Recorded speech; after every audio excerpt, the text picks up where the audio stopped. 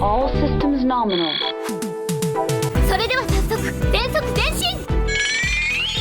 You wanna know what the weak point of a mech is? The fucking pilot. Get away from her, you bitch! His papers say he was a raven. Protocol 3. Welcome to On the Shoulders of Giants, a giant robot power hour discussing mechs across media, their stories, and why we love them. I'm Nico, and I'm joined by Alice. Every mech media needs a group bathing scene. And Brian. After the end of World War II, the world was split into two, East and West. This was the beginning of an era known as the Cold War. This time around, we're discussing a film about war, desire, and the perils of trusting a Texan, 1990's Robot Jox. Let's launch into it. It's a new age of combat. Human beings, genetically engineered to be the best fighters in history. Two champions It isn't over until someone wins. at war with each other. Kill it! I have already killed you. Two invincible men. Let's finish it, Alexander, here and now. The ultimate killing machines. Like, we all called it, right? we all knew who it was. Like, I didn't want it to be. I wanted it to surprise me, but Yeah. Brian, was that a quote, or was that just you recalling what happened? That was Big Boss In a at the voice. beginning of Metal Gear Solid 3, Snake Eater. What are you talking about? He wasn't Big Boss at the beginning of Metal Gear. Oh my god. Whatever. Whatever his name was at the man. beginning of that. Naked Snake, there we go. Naked Snake. I forgot Yeah, that's what his his name was title Naked was Snake. before the title. This implies clothed snake, which I'm very worried about. There are, I mean... Dressed snake. Isn't Dressed snake. Frocked snake. Okay. I'm in. Oh. So Robot Jox was directed by Stuart Gordon with a screenplay by Joe Haldeman. This will become relevant in just a minute, but it will be very relevant. So filming on this originally finished in 1987, but due to the bankruptcy of its distribution company, the film did not come out until 1990. Great, always a good sign. Did this movie substantially contribute to the bankruptcy of, I believe it was Empire Films? No one could say. However, we're going to see some real big robots. So. I will say for a fact that its gross product, its earnings, it did not make back what was spent on it. So I'm surprised. yeah. Gas. Yeah. So the runtime on this movie is 85 minutes. It's a nice, tight little picture. I like that you made a note here, Alice, which is just a movie has to be 80 minutes to be considered a movie. If it's under 80 minutes, it is not a movie. So many movies will hit that sweet spot right over 80, but nothing more. That explains a couple of the sequences in I this was about to say, film. that's why we have two different bar scenes where the same thing happens. Because we needed runtime. Yeah. That's why we had the entire space flight sequence that bankrupted Empire Pictures. Okay, we have to, okay. Ooh. Continue. Okay. I want to get into this. This So, is great. This movie is not part of a franchise, but I wanted to open things up with some fun trivia about the creation of this movie. So, its director and co-writer Stuart Gordon started out in experimental theater before moving into motion pictures. He's best known for directing horror and sci-fi movies such as Reanimator, From Beyond, Honey, I Shrunk the Kids, Body Snatchers, and Space Truckers. Motherfucker did Body Snatchers? Yeah. Oh, Yeah, boy. Let's go. I was kind of popping That at, explains the great writing. Jesus Christ. I was kind of popping at Reanimator because I'm a big fan of Reanimator, and Space Truckers made me laugh because I'm like, man, I wish a Space Trucker was a mech. I would love to cover Space Truckers starring Dennis Quaid. Some might argue that a space truck is a mech. The screenplay writer and his co-writer on this project, Joe Haldeman, is a Vietnam veteran with degrees in physics and astronomy, as well as a graduate of the famed University of Iowa Writers' Workshop, where he got a master's in creative writing. The famed Iowa Writers' Workshop. It is actually famous, and it is someplace I would like to go someday, but unfortunately, I don't think I will ever have master's degree in creative writing money. So Haldeman's novels usually meditate on his time in Vietnam and the experiences of former soldiers. most notably his 1974 book Forever War, which won the Hugo and Locus Awards. He first met Gordon when he was set to adapt the Forever War as a movie, but funding fell through, so the movie never got made. But Gordon... I'm sorry, this sentence. Gordon came to Haldeman interested in creating a sci-fi adaptation of the Iliad, which would go on to be the basis of Robot Jox. Dog, what? There are a lot of statements made with that. Okay. Oh, so I can see. Yeah. Well, I mean, Achilles, Sargon, I was about to say, Hercules. Hollywood obliterated everything but the naming convention from that, it seems like. I think Gordon obliterated everything. So there's like dyke drama here, which I say about two heterosexual men. Yeah, so despite having mutual respect for each other, the two had conflicting visions for this movie. Haldeman wanted a dramatic, serious sci-fi movie, whereas Gordon wanted a movie with lots of flashy effects that could be enjoyed by a broader audience. Haldeman was quoted about the process of co-writing the story as, I would try to change the science into something reasonable. Stewart would change it back to Saturday morning cartoon stuff. I tried to make believable, reasonable characters, and Stewart would insist on throwing in cliches and caricatures. It was especially annoying because it was a story about soldiers, and I was the only person around who'd ever been one. Later, Haldeman would write in a blog post that in discussion with Gordon, they realized that while Haldeman had been writing a movie for adults that children could enjoy, Gordon had been trying to make a movie for children that adults could enjoy, and that had them at cross purposes.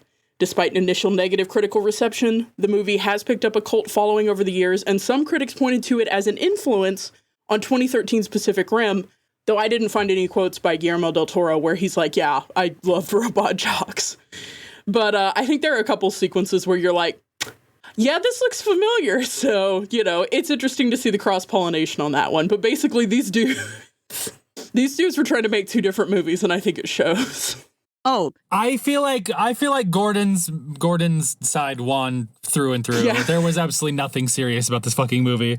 It's literally just like the trails of hard sci-fi that you could find in it, like the Tube Babies and everything. Like there's stuff there that you're like, this is kind of out of place in a movie where red and green lasers are two very important weapon types.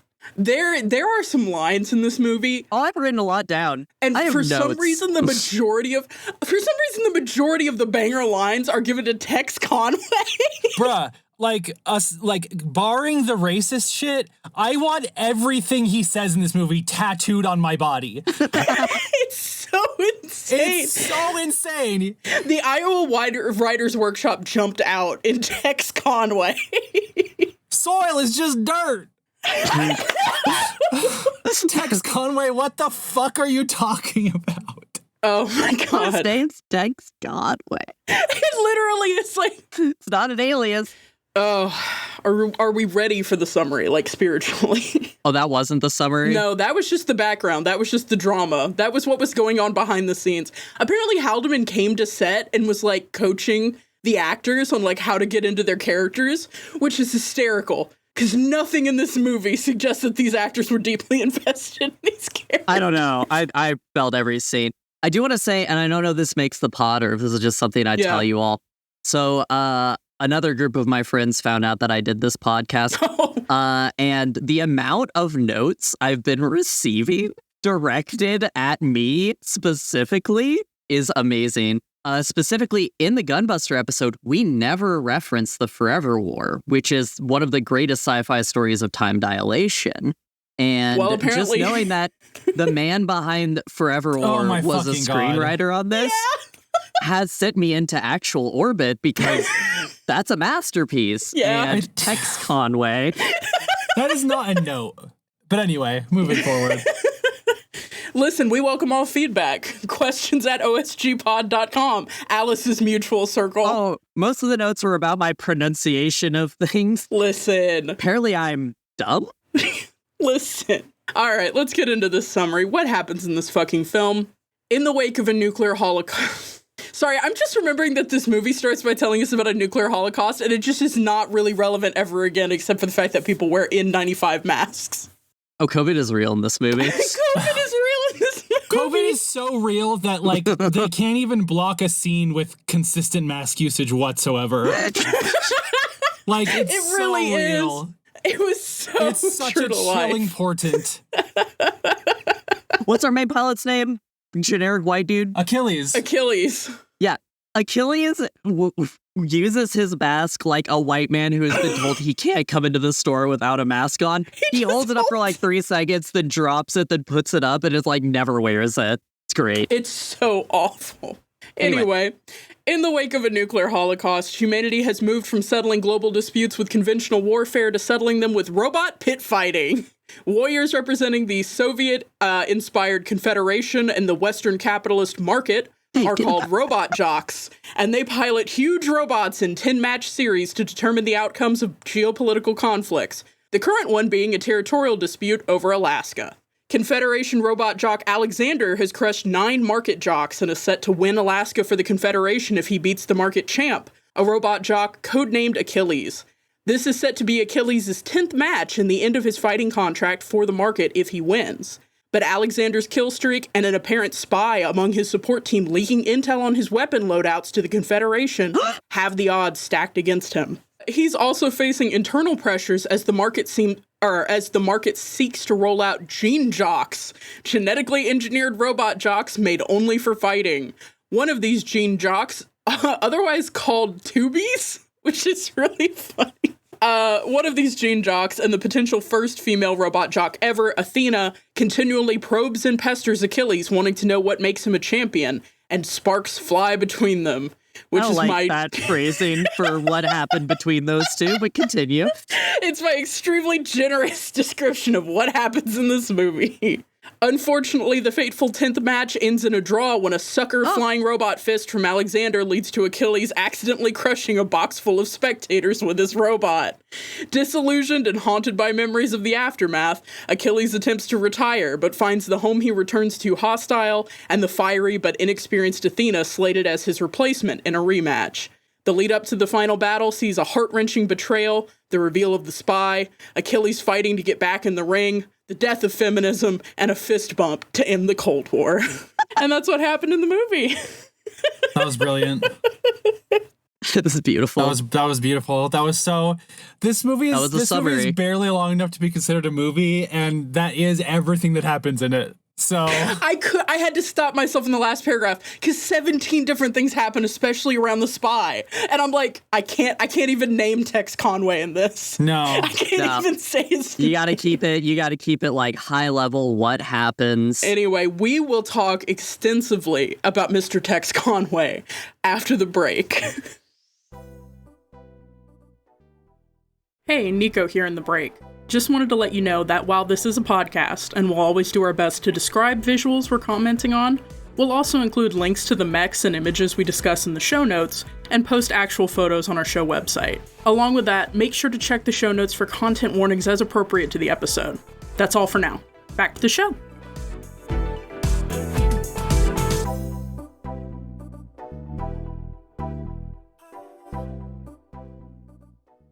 Welcome back from the break.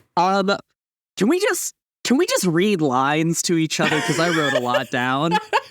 You ain't using my DNA to make no tubies. War is now outlawed. You can just do that?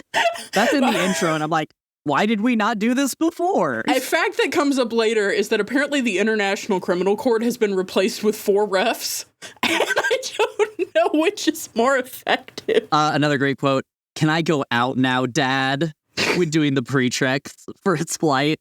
Where is the one? I can't read, but I'm not dumb. I wrote that down. It was like Alice mantra. Man. Just dropping that he can't read. I can't read. I studied your body. Said unprompted. Just a beer. I'm in training. No, God, there it is. The Conway Twitty. The Tex Conway line of all time. A knife is simple. Using it ain't. Damn. Okay. Yeah, there are actually a couple lines in here that are fucking cold. Matsumoto's line? Bro, they had a good writer on staff or something. Matsumoto's line? What? Oh, I know this one. I wrote it down. It's under where I wrote sack tap mech version. Oh. So yeah, we have a very small cast of characters. Achilles' mentor is a man named Tex Conway. Achilles is our main boy, who he's a Bruden boy, but he's got one last job. Yeah, he's got one last job. Tex Conway is a man that is legitimately wearing a cowboy hat in every scene that he is in. And an ascot. He's the only one wearing an ascot with his uniform. I gotta say, the Gundam jumped out because he is not the only one wearing an ascot. Achilles wears one, and later Athena wears one, but they all tuck theirs different. He's the only one who actually ties it as an ascot, but all of them have a scarf. And that's what Achilles gives Athena in the shower scene. You know what he does have that's unique to him in every single scene, no matter what the rest of his outfit is? I'm ready. Is a black fucking Stetson cowboy hat. It's insane. I was obsessed with this thing. He takes it off one time for like a brief second, and then in the next scene, it's back on. A dramatic moment. Can we just talk about Tex Conway for the next 5 minutes? The hand? Can we get into the reveal right up top? There is no order. I need everyone to know the things about this movie. You can watch it for free on Amazon Prime. You can watch it for free anywhere, really, if you are dedicated. It's insane. It's worth it. Wildly 90s racist in a very funny way, almost. It's wildly 90s sexist in a sort of funny way. And you need to go see it. Now we will talk about Tex Conway. Just watch it. Just literally go and watch this. I honestly pause this podcast. This is just a fun family time. Okay, so there Tex Conway. Are graphic flashbacks to mass death, but it is a fun family time. So Tex Conway, who is the mentor, who survived many bouts and is a war hero. He's the only Robot Jox to have ever survived all 10 of his bouts. That's so important. Right. This is the man. This is the man. He's also the spy. Yeah. They made him so Texan. This comes extremely clearly in the first couple minutes because they talk about how the last of his matches he made like a literally impossible shot. And the line read he gives of just like, oh, it was lucky is just like so suspect. And it's just like, he plays it really well. I think the screenplay's okay here because they're making very clear that they're not attempting to hide what the quote unquote twist is going to be. But I still think it's deployed in a fun, albeit like incredibly stupid way later. Yeah. Motherfucker. Yes. Didn't notice a camera. Anyway. Didn't notice a man reaching for a big remote. So there's very few characters in this film. There's generic president guy. Do we ever get his name? There's Tex Conway. I think he's credited as commissioner or something like. The guy in charge of the market. Yeah, the guy with the like bejeweled bolo tie, right? Yeah, I love that. But I love that. It's got like a little brooch. Yeah. So there's him. There's test tube mom lady, who is one of the only other women. Professor Laplace, I think. Laplace. Yeah. Who get Laplace. Laplace's place. It's of course he wrote and gave it that name. Then there is Kasumoto, who is the Japanese site Matsumoto, who is the Japanese engineer who designs the mechs for the market. And then there's the test tube babies. And they're kind of a group except for Athena and Sargon. And Sargon is only notable because he gets his ass beat twice. Sargon is there to get beaten up. And so that's the whole cast. Yeah. So that's all our good guys we know. Oh, you forgot Alexander. No, he's on the other side. I'm looking for spies. Okay. I'm looking for spies. Who am I thinking is a spy out of that group? See, okay. Real hard to find. Right. Okay. Yeah. Sure. But they lean into that. It's probably Matsumoto. Oh, but it's a redirect. Yeah, anyway, all this to say. We told everyone to go and watch this. I do have to be upfront. There's absolutely Japanese slurs in this movie. Yeah. And also, the first thing he does on screen is make origami. It's really bad, guys. The origami thing happens throughout. It's really bad, guys. I think you need to re-record the part where you tell about pictures and content warnings and really lean into the content warnings for this one because there was a little R word in there that I wasn't a fan of, This has a PG rating. Let's meditate on this. This has a PG rating despite everything that happens in it. And I can understand why, but I also PG meant something different in 1987. It sure did. It fucking did. In the confrontation between Tex Conway and our Japanese scientist, Tex Conway is sweating more than I've seen a man sweat in his life. Oh, he's moist. He's glistening. He's glistener. He is. so sweaty, and he thinks, and he gets away with it until they find the video, and no one's like, "Why are you sweaty?" Listen, it's hard out here for a Texan. Apparently, the fights all take place in Death Valley, which implies that the research facility is all under Death Valley. So I imagine everybody is hot as balls. Yeah, especially after the nuclear holocaust. Like, it's already. Patrolling the Mojave really makes you wish for nuclear. Wow. Cool. Great.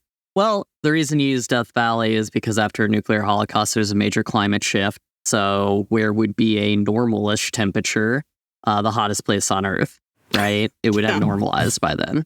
He's a sci-fi writer. There's a lot of deep, hard sci-fi under this, all for you wear the yellow and black uniform, and we wear the white and red uniform. The clothing in this is immaculate. I have no notes. Every jumpsuit is perfect. They're all dressed like crash test dummies. All the soldiers are wearing round, bulbous, what's that space comedy movie? Spaceballs helmets. Yeah. I will say one of my initial notes was, I'm glad in the post-apocalyptic future we still have ample Lycra reserves because there are a lot of stretchy jumpsuits. So many stretchy jumpsuits. Oh, okay. But we've talked about Tex Conway. I think we might want to go back and kind of go from the top, look at our notes, and go beat by beat to give this some structure. Sorry, we just needed to give Tex Conway his time up top. Let's get into Tex Conway fan cam. So. Yes. Soil is just dirt. Soil is just dirt is like the first thing I've written down. No, so the movie opens with this like duel apparently happening in part of Siberia, which is interesting because it implies that there are multiple arenas. We spend most of our times at the one in Death Valley, but it opens in... It's a sport. Yeah. Home game versus away game. I think it's like the Olympics. Like we're gonna host the conflict Olympics this year because yada yada. Yeah. That makes sense. I mean, it's all a boxing metaphor too. Like this is... Guys, this is just Rocky 4. That's it. This is just Rocky 4. It's actually straight hard reboot. When he got in the cockpit with her to get her out, I immediately was like, certain inevitable geometries, but their cockpit was actually spacious, so he was able to do like a rescue. They did still make out. Yeah. That's the thing that happened, but... They had room to spare in that cockpit. They designed this thing with so much empty space. Anyway, so we were in Siberia. So yeah, we learned that Alexander's a psychopath is basically the opening sequence. Yeah, you meet the Russian Robot Jox. Can I say, the aesthetics on this, obviously yellow and black versus red and white, but hugely, I feel like it has to be said, hugely Star Wars influenced.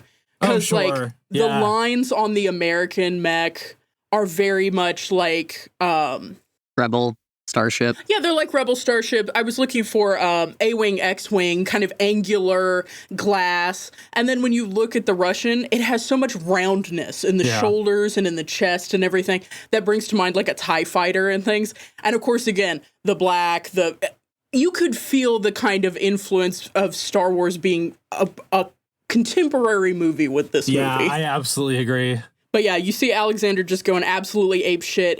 Listen, the refs declare, and I love this. Why are the refs even fucking there? The refs are like, we're calling this match for the Confederation. He's like, thanks, bud, and then stomps this dude into chunky salsa anyway. Yeah, big steppers. It's a metaphor for the United Nations. Yeah. They can't do anything but rabble rouse. I do want to say, so speaking of like the designs, I think something very important about this movie, and this is a podcast, so we don't have visuals. Check out our website, osgpod.com. Emails at comments@osgpod.com. That's not it. Not it. But this is all practical effects, except for some painting over a screen. So cool looking, honestly, it's so honestly, cool. honestly. They use models for most of this, and like, I wish I did some research, but not much, but I want to know what studio did like the design of everything, because it is very Star Wars-y, like tubes, vacuum tubes, just grab random electronics, spray paint it silver and glue it on a suit. Yeah. Everything has that vibe to it. It is incredibly cool.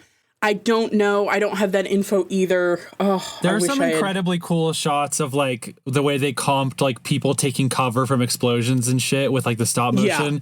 That some of that stuff honestly looked good. Like I was like, damn. Yeah.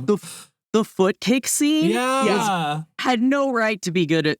While Robot kicks through a window in the bunker and there's a guy at a desk who's running away from it. Yeah. They're two separate things. One is a stop motion, one's an in-person.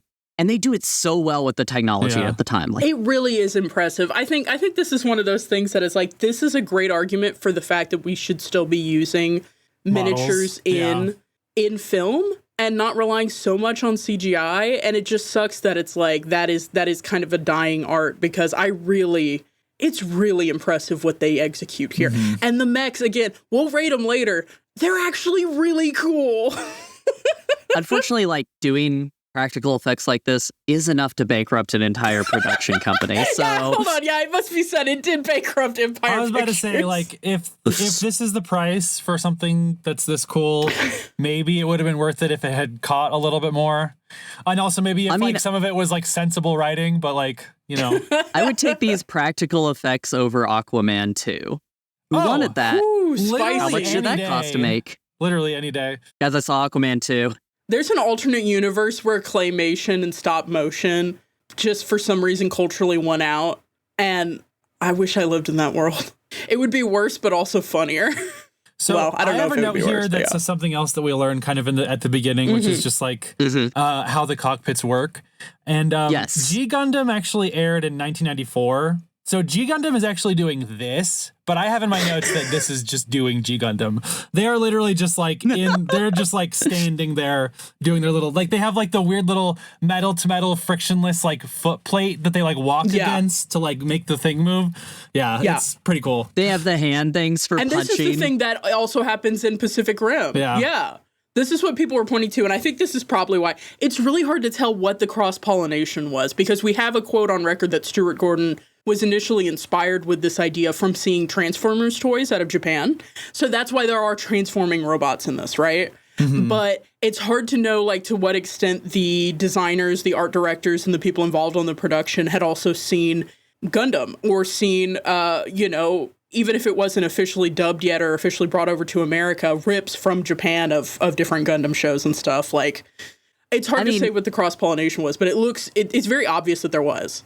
Yeah, and I mean, like, the record of, like, a person just standing in a suit and fighting and the giant robot doing what it does, like, that goes back to, like, old sci-fi stories. Like, the threads are there, but I just love how they did it in this one, which is you get a nice little metal hands on your love handles. Yeah. And you hold two joysticks, which something I love in this movie, nothing is wireless. Yeah.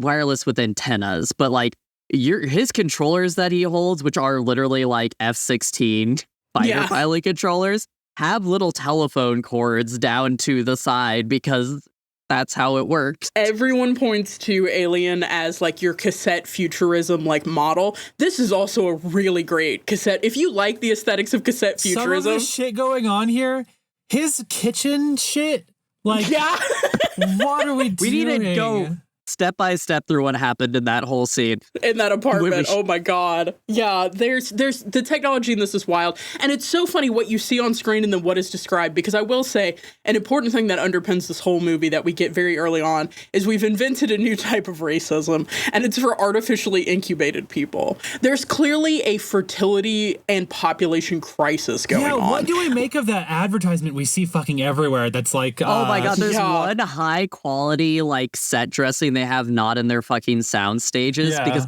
so this movie is sound stages plus an abandoned construction site that they put up some like doorways in. And in the abandoned construction site, which is where people live, I guess, there's just these pregnancy posters everywhere. They're all promoting like pregnancy and fertility. Yeah. And his sister-in-law is like, I'm knocked up with my 6. I'm doing my part. Yeah, that does so much work. It's a quiverful moment. Like, it's this whole repopulation moment, which is so funny because, like, Alice, it's really funny you got the note about you should have talked about Forever War, because I haven't read Forever War, but I was reading a synopsis and everything. And, like, this seems to be a preoccupation from Haldeman. I feel like this is something that came from Haldeman, because this is a theme that doesn't, if you're talking about a family-friendly splash movie, this weird theme of fertility and reproduction doesn't exactly jibe. And I have to think it's coming from Haldeman, because a major concern in the Forever War is that we had overpopulation, so the government sanctioned and encouraged homosexuality to like curb it. I know, but it's so interesting to think there's about some graphic novels of the Forever War you guys should read. It's honestly amazing. So we get basically we go from that first fight to like what we kind of already talked about, which is Tex Conway talking a bunch of shit about test tube people. Yeah. To the actual first fight. We go to set two, which is the training room. Yeah. Oh, yeah. Oh my God, the training room. Where everyone is in Lycra and they're all either doing step aerobics or just kung fu fighting each other. Honestly, this fight kind of slapped. When Achilles like kicks Sargon's ass, yeah, that was kind of really well filmed. So some of those hits looked real as hell. Yeah. Oh, they were not doing like that was 80s wrestling. They were probably like I imagine one of them had a razor blade in his lips that he cut real quick to get real blood, and they were like, no, we don't need real blood. It's a movie. The only time I think that this kind of like staging and work to make the hits look real kind of fails is with Athena, because unfortunately she is just like this petite, stick skinny little girl in Lycra. And so when they're trying to show you her throwing dudes around or hitting them and really knocking them out, the sound effects that they're inserting are doing a lot of lifting because there's a disconnect in the physicality. But I was not to be a person from 2024. Sorry, I'm dating this podcast, but people in the early 90s didn't have muscle tone in a way that like makes physical combat like you couldn't do that. That's I know. Not real. For me, it was even just bulk. Like I'm just like, you don't have enough mass to do the shit that you're doing. But a weird thing that stood out to me with the test tube babies, because this whole scene is wild. The professor who does the test tube babies walks up and hands a tube to Tex and Achilles and is like, "We'd love a donation," and they're like, "What?" And then they're like, well, we could do it directly, blah, blah, blah, and did really nasty shit. And then he looks at Athena. Yeah, they have to do a bunch of fucking misogyny at Athena. Yeah. I love that this is like such a clear, set efficiency thing, because like this is the same fucking set as the damn practice. Like practice is still happening. Just for some reason, this is where all these characters decided to meet up. Like, what do you mean? It's so funny. It's got real barracks vibe. Aliens barracks vibe. Later, they imply the existence of a locker room, but everyone just starts stripping in this room. Yeah, it is the locker. But no, there's this weird thing going on where all of the test tube babies are clearly mixed race cast. And that was such a weird That was vibe. really fucking weird. It was really fucking weird. Because I was really excited. Athena, I forget who her actress is. I'm going to try to pull that up real quick. But like, to see her as a leading lady, I was like really interested because I don't think I've ever seen this actress again. And apparently and unfortunately, this was one of her big roles. But like, she is not it's a masterpiece. She's not a conventional leading lady by Hollywood standards. But then you look at the casting that they clearly did on all the people that they're setting up as test tube babies, and it's like, oh, you put out a casting call for mixed race people. It's weird. Yeah. Yeah. So we get a bunch of misogyny along with that. It's a hard sci-fi thing, right? Yeah. Like in a hard sci-fi environment, especially with that. There is this preoccupation. You have to relegate the question of like if anything is questionably human about somebody, it has to be mediated through race, and it's usually Asian people that have to deal with like the brunt of that. Yeah. But yeah. The actress's name is Anne Marie Johnson. So this was one of her big roles, but she did well in it. But like I said, I mean, she was really... This script is wild with Athena. Like, that character gets some weird-ass shit going on with her. Yeah. But yeah, no, this movie does ask the bold question, if the Fallout series didn't happen and kind of settle the question of Alaska, what would happen to Alaska? And this is what would happen to Alaska. That's one of the three things Alaska has. Ooh, pop quiz. That both the Confederation and the market wants.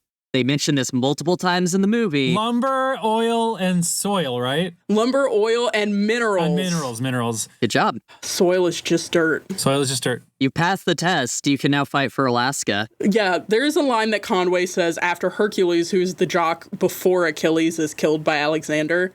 When they're talking, the commissioner is trying to be like, the stakes are so high, we can't let Alaska be ceded to the Confederation. And he says, soil is just dirt. We cannot allow the Confederation to occupy 1 square inch of America. American soil. Soil is just dirt. All the rest of the team is dead. That was a savage fucking line to come from a man in a black Stetson. Bruh. Oh. And then this fight happens. Yeah. So we get the fight, which it happens in Death Valley with spectator stands, which I think every giant robot fight should have spectator stands. What the fuck? They're just like they're so close. They're so close. All that's between the spectators and the robots is this like sunscreen / solar panel thing. But that's all that's there, and it very clearly we find out it's not very protective. It's just bleachers. Bleachers. It's crazy. It's just bleachers. And so, like, basically what Nico said in the summary happens, which is like, this is a pretty short fight. Alexander has an illegal rocket punch that that Achilles tries to block and ends up falling onto the bleachers again. And it's like the worst disaster the 9/11 in forever. of Robot Jox. And I'm like, it is the 9/11 of Robot How Jox. the fuck has this not happened before? And how does it not happen every time? What do you mean? See, Alexander kills him so fast. Nuclear holocaust happened. And 300 people died because a robot fell because you put bleachers 20 feet off to the side. What are we doing, humanity? I could not help but think of in Hard Reboot when they were talking about, like, it's a big concrete stadium. Like, there's a pit for the robots in Hard Reboot to fight in. This is straight up just Death Valley with some bleachers. Yeah. It's beautiful. Nothing. No nuts. I will say, back you up just a little bit, fantastic suit up sequence, fantastic scientific technobabble as they get the inputs. So this movie in all ways is a metaphor for the Cold War, and how I see it, and I mean, I think you all did too, is it's the space race. Yeah. And so as he's suiting up, he's going up a gantry. He gets his tubes put in. You know, if you've ever watched the video, NASA energy to all of his tech. There's like people are like pat him on the back. Guy who's only ever watched the NASA space launch. This has NASA space launch energy. Listen, it does. No, yeah, but no, you're right. It's full like missile silo, moon landing energy, and I love the suit up. Like it's he carries really dope. his helmet as he goes up. Yeah, they have to close the cockpit on him. He has to do all the checks. Love there was a fire extinguisher. Important thing that happens here. Yeah. Important thing that happens as he's climbing into the robot is one of the techs slaps him in the ass and says, "Crash and burn." This is plot critical. This is plot critical ass slap. This is a plot critical ass slap. We also need to say that the line that they all say to each other as Robot Jox is "crash and burn." Crash and burn. Crash and burn. Yeah. It's like break a leg. They say crash and burn, and they hold out their fist for a fist bump, but they keep their thumb up. But only pilots can do the thumbs up. Everybody else can just say crash and burn, but a Robot Jox can give the thumbs up and fist bump. It's so funny. But anybody can slap your ass as a Robot Jox. Anybody can slap your ass. That's the rule. I don't make it. Oh my God. And there's a line. So also this is where we meet really Matsumoto, who is kind of the head guy in the chair on this, despite also being the person who designed the suit. That's kind of a get. That's kind of like, I don't know, if you were like, I'm going to use a Rolls-Royce engine. Here's Mr. Rolls-Royce. We've got him in here. But yeah, and I do like the robots are actually named after their designers. So the first robot that he fights in is the Matsumoto 14. Which I thought was really cool. I'm like, rather than make it up like this hotshot name for your ride, like you just have to credit the person who made it. Yeah. Which is really great. But this is where we're getting like the huge fuck up problem with the spy, which is that every time they're trying to switch up his weapon loadout so that the Russians do not have exactly what they need to counter him, which is what's been happening in all of these matches. Alexander is a skilled pilot, but he also has inside intel on what the pilots on the other side, on the market side, are carrying into the ring. And they've got the spy. And Matsumoto is doing... Mr. Conway tries to imply that Matsumoto is a spy, but Matsumoto is doing his goddamn best to be like, this time we got you with the green laser, don't tell anybody. Can you believe it? They invented green laser. I can't believe it's 2024 and we don't even have green laser. I mean, I have one like in the other room. You have green laser? It's attached to a gun, but yeah. Alice has green laser. I'm leaking this intel. But yeah, no, there's a ton of cool technical stuff that's happening here. There's a ton of discussion of the loadouts. When they actually make the connection to him and his robot, they say, "We have union," which I think is really cool. Yeah, that is a pretty cool thing to say, not gonna lie. Oh, but yeah, then they the fight throw happens. out lines. Honestly, the world building is kind of fantastic. Another fucking Iliad bullshit. The dumbest joke in all of history is they have a couple lines about how his mech's ankle was fucked up and they have to repair like a strut my that was god, weak. I didn't even put that together. Was like, shut the fuck up. Shut up, Stuart. Wasn't that what happens at the end too? His foot gets blown off. Fuck me. Yeah. If only Achilles could have turned into a gun tank. The Iliad would have turned out fine. Bruh, I noticed the treads on the back of his legs here, and I was like, the greatest payoff. If we see that payoff, I will love everything. And it's incredible because now that you've pointed it out, first of all, again, these robots are stop motion. They're models. They look great. But yeah, there are treads on the back of his legs, and I did not put that together until he transformed, but they are there the whole movie. Yeah. Oh, I saw it every time, and every time I was like, when's the scene they're going to come out? When are they going to come out? I thought it wasn't going to come out. So yeah, laser, rocket fist, crushing people. There's like so much made. Like, this is such a long and detailed scene. It reminds me of the there's a infamous South Park episode about Butters at a tap dancing competition, where like he like accidentally kicks his shoe off into like a spotlight and it triggers this like long, gory, cataclysmic Final Destination level like it's series lights, of deaths. people are crushed. Yeah, and it was everyone's just like dying. He's just standing there like, and it's like cut to Achilles staring like hopelessly, cut to random people screaming, cut to Achilles staring hopelessly, cut to somebody with their legs caught under something. It's so long. Can I say at the very beginning, there's a smash cut between Achilles' mech falling on the bleacher and Matsumoto crumpling a piece of origami paper. Oh, yeah. It's instant. Yeah. And I was like, what the fuck? Is this cinema? Yeah, that was actually a little bit dope. This is a film, capital F film, over 80 minutes. There's some moments. I want your hot takes right now. Yes. And we're coming down on it. That rocket fist doesn't explode. It's just a fist. No. Him trying to block the fist and him getting knocked into it crushes the bleachers. Would there be less deaths if he did not try to stop it? I think so. I thought about this. I think so. Yeah, because the profile of the bot. Immunity for Robot Jox. That's all I'm saying. I could not help but think of Godzilla -1 when this was happening. Yeah. Just because of like the way the question comes up of like, you know, human consequence and the sort of like scaled, balanced value of human life, et cetera, et cetera. And I was like, I put in my notes, I was like, I cannot imagine this arc being nearly that coherent, but I thought about it, so here it is. Like, and it's not. I still don't know why he decides to come back. We'll talk about that. 'Cause feminism lost, Brian.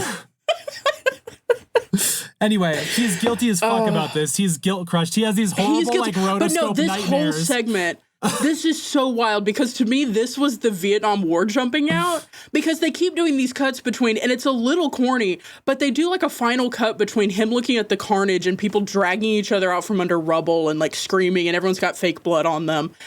And then they cut to news coverage of it. And in the news coverage, someone is hustling someone who's been injured away and into the camera. And they have put tons of latex on this person's face and tons of fake blood. Their face looks like it has disintegrated. That's a Stuart Gordon original, like, I feel like. PG? Oh, yeah. But like that specific thing of the media showing you just people who are pulped. Right. I was like, okay, this is giving me the Vietnam energy because like that was the news coverage that you were seeing. Yeah. It was really wild. Because war is now outlawed and people have forgotten what war is like. Yeah. Yeah, oh God, that's a really good point. I hadn't thought about that. Yeah, this footage must have been super disturbing for people who have only seen robots punch each other. Alexander's smashing people into beds. I mean, the nuclear holocaust was only 50 years ago. That's old news. Like, who could remember something horrific like that? Not me. I already forgot. I forgot. I forgot. World War who? So this next scene, I want to talk about this next scene because I'm very passionate about it. So they have their after fight brief where they have the two fighters with their managers and then the refs in between. But it's also the ICC. It's also the the International Criminal It's Court. the UN. It's a metaphor for every, middleman governing body. And the ICC says basically, it was a draw. Can I say the exact quote? Because it blew my tits clean off. It's While it is true that many people lost their lives in this incident, that tragedy is irrelevant. Dude, is the government the Borg? They are like, X is irrelevant. This is irrelevant. That is irrelevant. The identity of the pilot is irrelevant. The tragedy was irrelevant, and that Achilles' intention in trying to block the fist were irrelevant. Yeah. And like Alice said, it's a draw. I do want to say, I believe that a lot of this movie, this started out as somebody was watching a football game and the refs did a really shitty call, and they never got over that. Because this movie's thesis is, fuck refs. Let them fight it out. Yeah, let them fight. World star. But yeah, then from this, this is when Achilles is basically like, first of all, the refs are like, well, it was a draw, so in a week, you're going to get back in there, champ. And I'm like, 300 people died. We haven't decided who got Alaska, so we've got to fight until we know who gets Alaska. So rematch. It's not over until somebody wins. That's what people keep saying. And Achilles is just like, I'm done. I'm out. That counts as my 10th match. My contract is up. I'm out of here. And everybody's losing it. This is so, every time I see this in the 70s or 80s movies, when all the reporters rush up, I'm like, it's not like that anymore. Reporters are all just sitting, holding their smartphones up. We need reporters who are being ugly. Anyway. All these reporters rush up, they crowd him, and he's like, no, I'm out, I'm retiring, I'm out. And even Alexander is like, you fucking coward, you won't face me?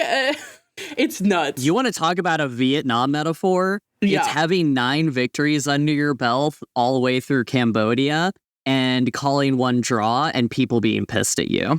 Hey, I'm going to say it. I'm glad Henry Kissinger died last year. Shout outs. That's my comment on what Alice just said. Let's go.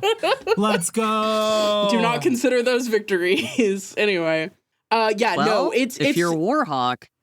It's a lot of, the energies here are just, it's such an amalgamation of stuff, but it is really funny how much it feels like a ringside or an after-match interview, and then also all of this hard politics shit is happening. The commissioner is in there begging him, we need Alaska, we cannot turn over Alaska. I'll give you money, I'll give you whatever you want. You want to fuck that Athena lady? I'll let you fuck her. Oh my God. Yeah, that was all in the movie and it was still PG. We got to have his like 30-minute mope session though, where he has like rotoscope to guilt nightmares and like... He has war flashbacks. The seizure warning on that war flashback. Yeah. Jesus Christ. And then he goes to the fucking bar number 31 from Doctor Who original run.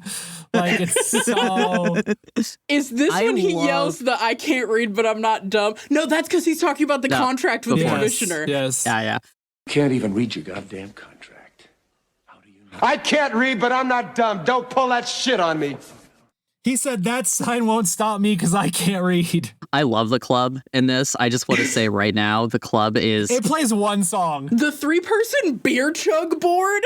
The women's hair, they're dancing. It's also, the club is where both sides come together for a drink. So there's actually this nice, cute camaraderie where you see technicians from both sides just having a drink with generic bartender with a drawn-on tattoo. And you can tell who all the Russian Robot Jox are because they all look like members of Flock of Seagulls. They are all peroxide blonde. We come back to this bar again on a different day, and the same song is playing. They have one song that they play at this bar. It's so funny. Nuclear war happened. We lost all music. Get over it. But yeah, at the bar, he's confronted by the test tube babies, but particularly Athena. Oh my God. And they're hassling him. They're like, how the fuck, how dare you drop out? Alexander shows up, same thing. How dare you fucking drop out? Oh, he gets fucking wasted. I do love it because Alexander's like, he's like, I'll fight you now, Alexander, while he's drunk. And Alexander's like, I'm only going to fight you if it counts. I don't fight for free. So Alexander's like, no, I'm not doing this. I'm not fighting for fun, which is like a lie. Yeah, one of the tubies walks up and utters like probably the corniest line delivery when he's like, Alexander, I challenge you. And Alexander just goes, did you hear a squeak? It's so funny. It kills me. It's so fucking good. Also, can we talk about his fight with the test tube baby? The test tube baby throws a punch. He knocks the arm out, then just grabs his hand and then just pushes him down with overbearing force. Next time we see that man, neck brace, full arm cast. Yeah. That's just the power of Soviet muscles. I don't know what to tell you. Inubar's great. And then we get the weirdest fucking psychosexual bullshit I don't even know what to do with the fucking aftermath. Achilles is wasted. Athena gets him home. They do not have sex, but he wakes up naked. And that's when Athena says, I studied your body. And then proceeds to spend the whole rest of the scene watching him crawl around on the floor like a weird beast. And she just follows him from like 6 inches away the whole rest of the So like she's autistic, right? There is no line between like Achilles feeling awkward and uncomfortable with a stranger in his house and the actor being so desperate not to flash dong on camera. So he is doing he is fighting for his life not to hang dong on camera. I went frame by frame when he was putting on the clothes because he is naked under his robe and he does not put underwear on. And I was looking for that dong. We on dong watch. But he's walking around the apartment and he has a little remote control which he uses to open the fridge, which is just like a sliding door cabinet. It's a frosted cabinet. And he's mid meltdown, so he's just throwing things around and being like, of course there's no milk. And it's like, what are we watching? It was orange juice. He needed orange juice to live. Yeah. He is chewing the scenery during this, well followed by an autistic test tube baby. From 6 inches away at the whole time. And she's just like, why are you such a good champion? What about fighting? Luck, death. And it's like the most ham-fisted, like Metal Gear Solid ass, like a soldier. What do they say in All You Need Is Kill? A soldier's soul is not in his body, it's in his weapon kind of fucking bullshit that they're saying. But it's so funny because at one point she's like, there's nothing special about your body. You just happened. And he goes, that's what Daddy used to say. Yeah. I love that. That's what Daddy used to say. Hey, I did write that one down. Anyway, we have to talk about the coffee. So let me just lay out how he makes coffee. He takes a ceramic mug, fills it with tap water, pretends to squirt something from like a mustard bottle into it, and then puts the mug directly on the convection stove. And somehow that makes coffee. And the test tube babies can't have coffee. No, they can't. It's bad for your heart. Yeah. Bad for your heart. Not because they can't eat it, but just because it's bad for your heart. Golden Hour pour-overs anime who. This is the coffee scene that I need. That's great. That was a good one. That was deep. This scene did make me, because it's a scene where there's a whole bunch of weird future sexism happening, but it also made me really sad that this was an American production and the Soviet team didn't have women on screen, because there were so many programs to get Soviet women into industry, and I just needed one of those big, powerful Soviet women in overalls that are on all like the Soviet propaganda posters. You wanted Young Freud, you can say it. No, Young Freud is too twink. I wanted what's her face from fucking Pacific Rim? I can't, yeah. What's her face from Pacific Rim, or somebody built like Brienne of Tarth. Like I wanted a 6 foot tall Soviet woman with the peroxide blonde hair. But no, it's all guys who are from fucking AHA. Anyway, so he goes to work hungover. Yeah. In the best hover car I've ever seen. Well, no, this is when film. he goes home. He goes home to see his brother. I have one last line. This part. I have one last line from the Athena confrontation, which is after he says that's what Daddy used to say or whatever. And she says, there's nothing you can teach me except how to lose. Banger. She ate. Honestly, she owned his ass. She ripped him to shreds. So good. Anyway, he goes to see his family. This scene made me cry laughing. I'm sorry. It just occurred to me. It's so funny. This is the Gene Jox are weirdly nuclear weapons. Because there's a specific line that Laplace says when they're first introduced that I just remembered. Or no, it's the commissioner when Laplace was introduced. He says, the Confederation is making them, so we have to catch up. Yeah. And it's like, it's really weird that these, unfortunate mixed race people that they've put on screen, that they're like, these are nukes now. These people who apparently, we got to get to the death jungle, Jim, but like, there is so much weird shit happening for these people to be the nukes. But yeah, so he goes home to his brother, and this scene is insane. There's screaming children everywhere. I need to talk about this scene. Yeah. I'm ready. He goes home. So a couple of I think, interesting world building things happen here. One, this is where we get the I'm doing my part line with the being pregnant with her 6th child. Yeah. Two, again, the misogyny. The awkward handoff of the coat at the beginning of the scene hit me, like, panged so hard because she looks kind of offended that he just handed her his coat. But then it's like, it is also played as something that, you know, this is what happens when the man enters the home, right? So it was really weird. The third thing that happens is that they're on some Soylent Green shit. They are celebrating with real meat. Hey guys, did you take a look at what was in the saucepan here? Yes, I did. Yes, I did. A single whole hot dog in, like, gruel. Ooh, I was crying laughing. What is that? It's real meat. I did just write in all caps single hot dog stew. The food is dire. Oh, and the reason they're excited to have a 6th kid is because they get a 3rd bedroom. Yeah. Which is nuts because it implies that they have 5 children in one bedroom and then presumably them in a separate bedroom or them and a baby. Like, oh, God. They just put their kids together in, like, the grandparent rat king tangle from Willy Wonka. So, like, I also want to talk about this as well. Not just because the man's office has glass walls and he doesn't realize his brother has shown up until one of the kids comes and calls him. It says, Uncle whatever is here, and he looks up through the glass wall and sees him. Also, what was with all the Nautilus shells and shit in his office? Like, there was so much world building in that apartment. His job is reading. Like, what are we talking about? He does, like, audiobooks or some shit. That was the Joe Haldeman self-insert. But all of this to say, he doesn't get anything from seeing the family. No. There's no, like, turn of character. And, like, we can all talk about how, like, he decides to go back to fight. By seeing that they chose Athena, because well, I don't know if we do the training scene now, which was the most wild shit. Okay, that was my favorite scene in the whole movie, but I do want to say one more thing. Yeah, the future jungle gym of torment is my next bullet point. Okay. But yeah, it's such a weird, like, I'll get a beer for it. Go get a beer for him, right? Wasn't it or something? Go get a beer for him. And then, because, like, yeah, he sees that Athena got picked, and I guess that's what we're supposed to understand kicks off his desire to return.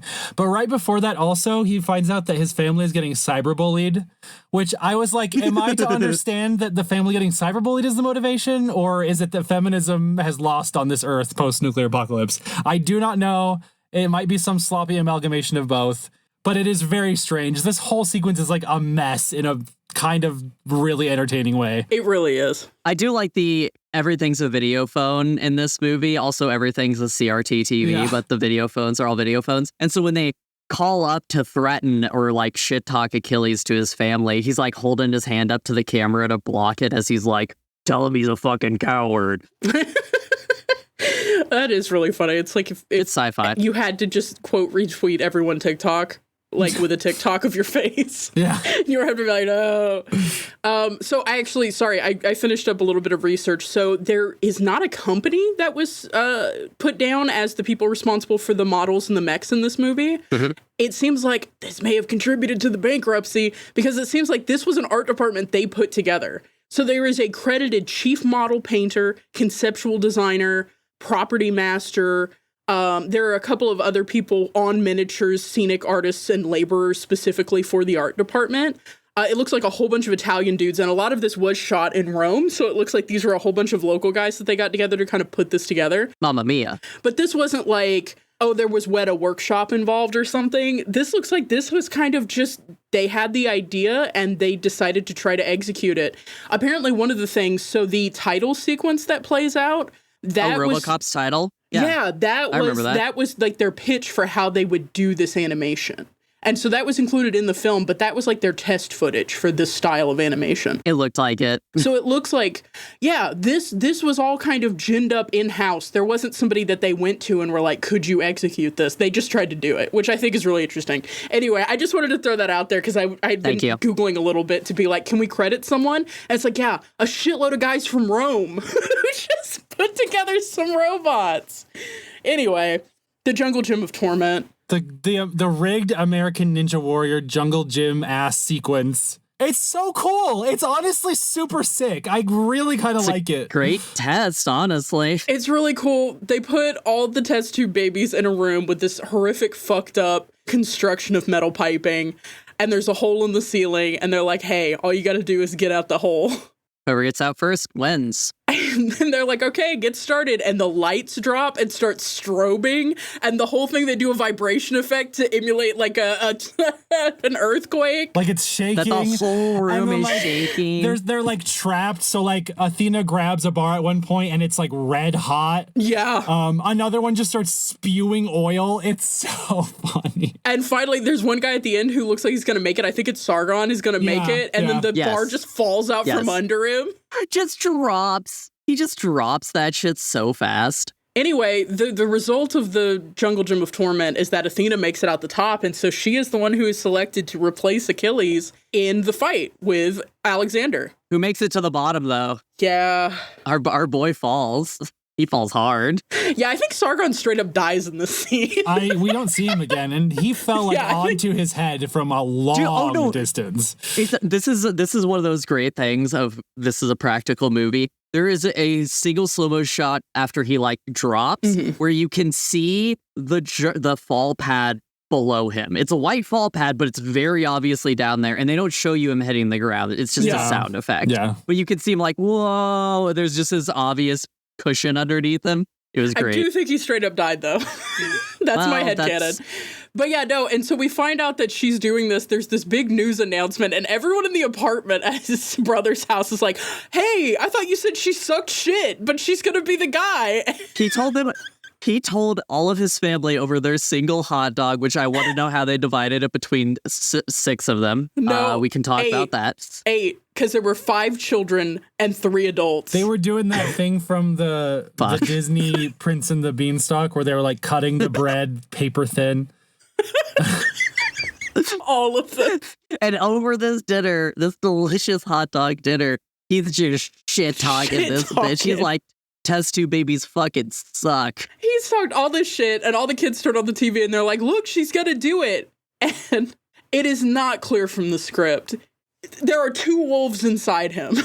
One wolf is extremely horny for Athena and doesn't want anything to happen to her. And one wolf just does not believe in women. And they are united in making him unretire after 2 days tops. But it's really hard to tell if this is motivated by love because, again, the sexiest scene we had was him stumbling around his apartment naked except for a bedsheet screaming because he can't find orange juice while Athena follows him from 6 inches away. No. He makes a joke about wanting to come inside her. Yeah, no, that happened earlier. That is also something that happens in their relationship. So this is everything that has come to this moment, and it really is hard to tell whether he shows back up and takes her job, gets back in the robot, whether it's because he likes her or... He white mans it. He shows up and says, I want my job back, and they say, absolutely, sir. Oh my God. But then, so this happens, and we'll get Athena's revenge later, but he's running through like the pre-flight checks and the updates on the robot, and Matsumoto is filling him in because he's like, we are in total information lockdown. We are trying to make sure you are not getting a briefing on these weapons or a chance to test them. Like, you will not know what your loadout is until you are out there. There will be a tape in your cockpit. And this is when we get the banger ass line because they're talking about like, well, if I don't get to test my weapons, how am I supposed to be able to use them? And Matsumoto's like, well, they're pretty straightforward. And this is when Tex Conway says, it's really quite simple. Yeah, well, a knife is simple. Using it ain't. Why does he get every banger? Yeah. Every banger line. Brian, can you do your read for that line again? Because your Tex Conway voice is accurate. Yeah, well, a knife is simple. Using it ain't. Yes. I cannot explain enough how Brian is perfectly encapsulating this voice. It is 1-to-1 Tex Conway. And we cannot emphasize enough that this man is a critical character. Named Tex Conway. Fucking Sandy Cheeks ass.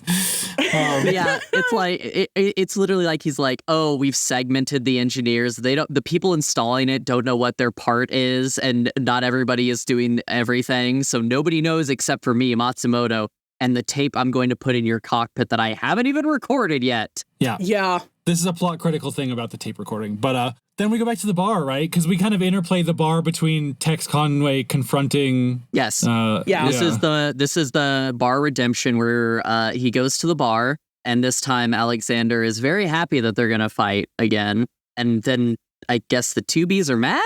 Yeah, they're mad. Well, they got fucking disenfranchised. Yeah.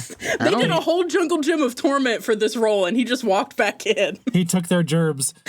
Another banger psychopath Alexander line, because he walks up to Achilles, and Achilles says, "You're making my beer curdle," and Alexander says, "And you make my drink taste like blood." It's blood. He's such a freak, dude. A new freak just dropped. He shows up to this bar. He gets a shot, asks for him to pour it again. The man leaves him the bottle. He drinks that one, takes a third shot. They have their little exchange, and he leaves. He came to the bar for 3 shots of vodka. Yeah. Hey, no, he came to the bar to see Achilles. The real romance that they're too cowardly to show us. Yeah. Is this one. But, oh my God. But it's intercut with the betrayal. The ultimate betrayal. I knew the moment I saw Matsumoto alone in a room with Conway, I was like, do not confront a Texan in private. They are the most treacherous Americans. I'm going on record to say that's true. Never confront a Texan in private. You never do it. I don't know if I stand by the most treacherous. So we kind of talked about this earlier, but like the gist of it is he gets Tex's confession on tape because he very obviously starts recording with the camera over the briefing tape that is going to play in Achilles' cockpit. Mm-hmm. He was in the middle of recording when Tex showed up. Yeah. And this camera, this is not some sci-fi like nanny cam, like hidden. This is like a fucking CCTV gray, like big box ass camera that is noisily swinging around the room to lock onto Tex Conway. And so he's the worst spy ever. Operated by the biggest remote you've ever seen, literally in Matsumoto's pocket that he reaches for in clear sight of Conway. Yeah. But this confrontation, for some reason, just goes hard as fucking hell. It does. Like, oh, his line. What's his name? Matsumoto? Mm-hmm. Matsumoto says, "We always remain all the people we've been. The oldest man, the child inside him. Oh, somewhere inside you is a real Tex Conway." Banger. And then Tex Conway shoots him in the head. Banger. You can tell a real... That's the Iowa Writers Workshop right there. Tex Conway shoots him in the head, wipes off the gun, puts it in his hand and says, "Oh, Doc, meet the real Tex Conway." Banger! It's so savage. Banger. He shakes the corpse's hand. Yeah. Oh my God. It goes hard. Also, planting a gun, what a fucking cop, right? I love how he wipes his fingerprints off the gun and then proceeds to touch everything else in the immediate area. It's so funny. It's very funny. Let's be honest here. This is a world in which the height of technology is a remote control to close your car door. They don't have fingerprint technology anymore. I wholeheartedly they lost believe. Fingerprint technology with music. But yeah, that happens, and then it's headed towards the denouement. But this is where Athena gets her revenge. Oh my God, this scene sucks. I hate this. So this movie is nothing but sound stages. Let's just say what happens. She shows up and she tries to knock him out, and they get into a tuffle. She successfully knocks him out, but somehow for 5 minutes before the sedative fully takes in, they have a full fight. They have a full fight that, like, it's not like a fun, like, oh, his apartment is destroyed kind of fight. It's they wreck the set on camera. Like, they're just destroying the sound stage itself. You can see the production studio wall behind it. It's So this is the point of the movie in which I like to say, oh, the budget ran out. Yeah. We stopped seeing any background characters. Yeah. The cast is pulled in tight, and the actors are just destroying the soundstage, including a weird on-bed kiss. Yeah, which is again, they're trying to make this romance happen, and the romance is not there. So it's the weirdest fucking psychosexual, just you two people need to be away from each other and go into therapy, but you're not. So this fucking shit happens. She double crosses him and she tries to infiltrate him, which, again... It works. She does a pretty good job. It sort of works, but also... Everyone should have called this. Her build is totally different. She doesn't have the shoulders. She doesn't have the height. No, 100%. 100%. And like everybody's suspicious. So what happens is she just puts on his quote unquote his. It's obviously a different cut of uniform. Like it has to be. But she's got the helmet and everything. She's got the blacked out helmet, and the helmet is now blacked out because of a new weapon, but that's not really covered yet. It'll come up later. But she makes it all the way into the cockpit. Because he keeps telling him, set your visor to 100. Well, we know in the video when he's recording it. We don't know that yet because the video hasn't played. Matsumoto records that part of the video. Yeah, that does happen beforehand because that's when Tex walks in. Sorry, it's very subtle. So she climbs into the cockpit, and that same tech goes to smack her ass and say, crash and burn.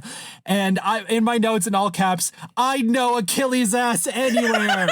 I would know him blind. I would know him at the end of the world. She really got exposed by an ass slap. This is the Sydney would be covered in snow this time of year of Robot Jox. It literally is, though. All covered in snow. I'd know that ass anywhere. Red alert. That's not Achilles. The 4 technicians there get their ass fucking beat. And then she closes the canopy herself, even though the techs had to do it last time. There is no reason she should be able to do this from the fucking robot by herself. Everything she does by the robot, so she takes control of the robot, and they try everything to stop her. And apparently it's very simple to just override everything from the robot. They try to stop her whole launch, and the platform doors open, and she gets halfway up, and they stop it, and they're like, we've got her. And she's like, I just did the Jungle Gym of Torment. And she just climbs out. And this is when we get that spectacular scene of the robot climbing, and then you cut to a person in a control room with a big glass window, a real Gendo Ikari-ass window into the test chamber. And the glass busts out as the toe of the boot of the robot goes into it because she's using it as a foothold.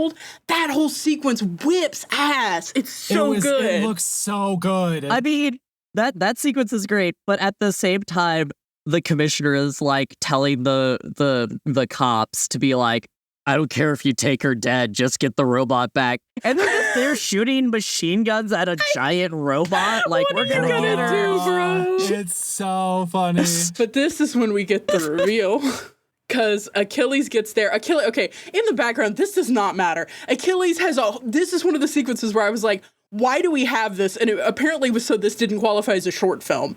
He has a whole sequence where he remote pilots his car into his building so he can get out because she locked the front door. Note on this part. So I really like what the actor does in this, where he's figuring out that he is locked in there and the panel is off and he's like, I can't get out. And at one point, he walks over to the side of the soundstage that they broke earlier, where you can see the wall of the sound studio behind it, and he pokes his head out where the door is. The door's on that wall that got broken, and he just kind of looks out and is like, well, I guess I can't get out here, even though there's a door. There's no hallway, I guess, even though there's a wall right there. It makes no spatial sense, but the physical acting is really good. But he's really trying to sell it. He is selling it, and then he remote pilots the car to drive into the wall because they're like, well, we might as well just destroy the rest of the set. It kind of rules, but it's so goofy. It's so goofy. So he takes his flying car, he makes it to he makes it to at least the guy in the chair room. And of course Matsumoto's not there because he got fucking owned. He got killed. And he's like, okay, there should be a video in the cockpit that you have to play if you want any chance of winning. Well, a lot of build up to this is she takes the field. Alexander apparently was just hanging out. He was ready. What? Alexander was just ready. There is a line when she shows up. He's an hour early. She leaves, and they're just like, I guess we're going to start the fight an hour early. And so they call the refs, and they're like, that's not our pilot. And as another line from the refs, it is irrelevant, the identity of the pilot. You have fielded a mech, so it is now combat. Yeah. Oh my god. Has Alexander's mech always had 4 legs? No, this is new. He changed mech. This is what I'm saying. This is the best looking robot in the show. It looks so fucking cool. I do like that he changes mechs every single fight. Like his one from the first Ultra scene is different. They're all different. And even, I mean, I'm pretty sure the one that our guy's pilot changes too. The Matsumoto 14 is different than the one from the one before. Yeah, it's like iterations that they're doing.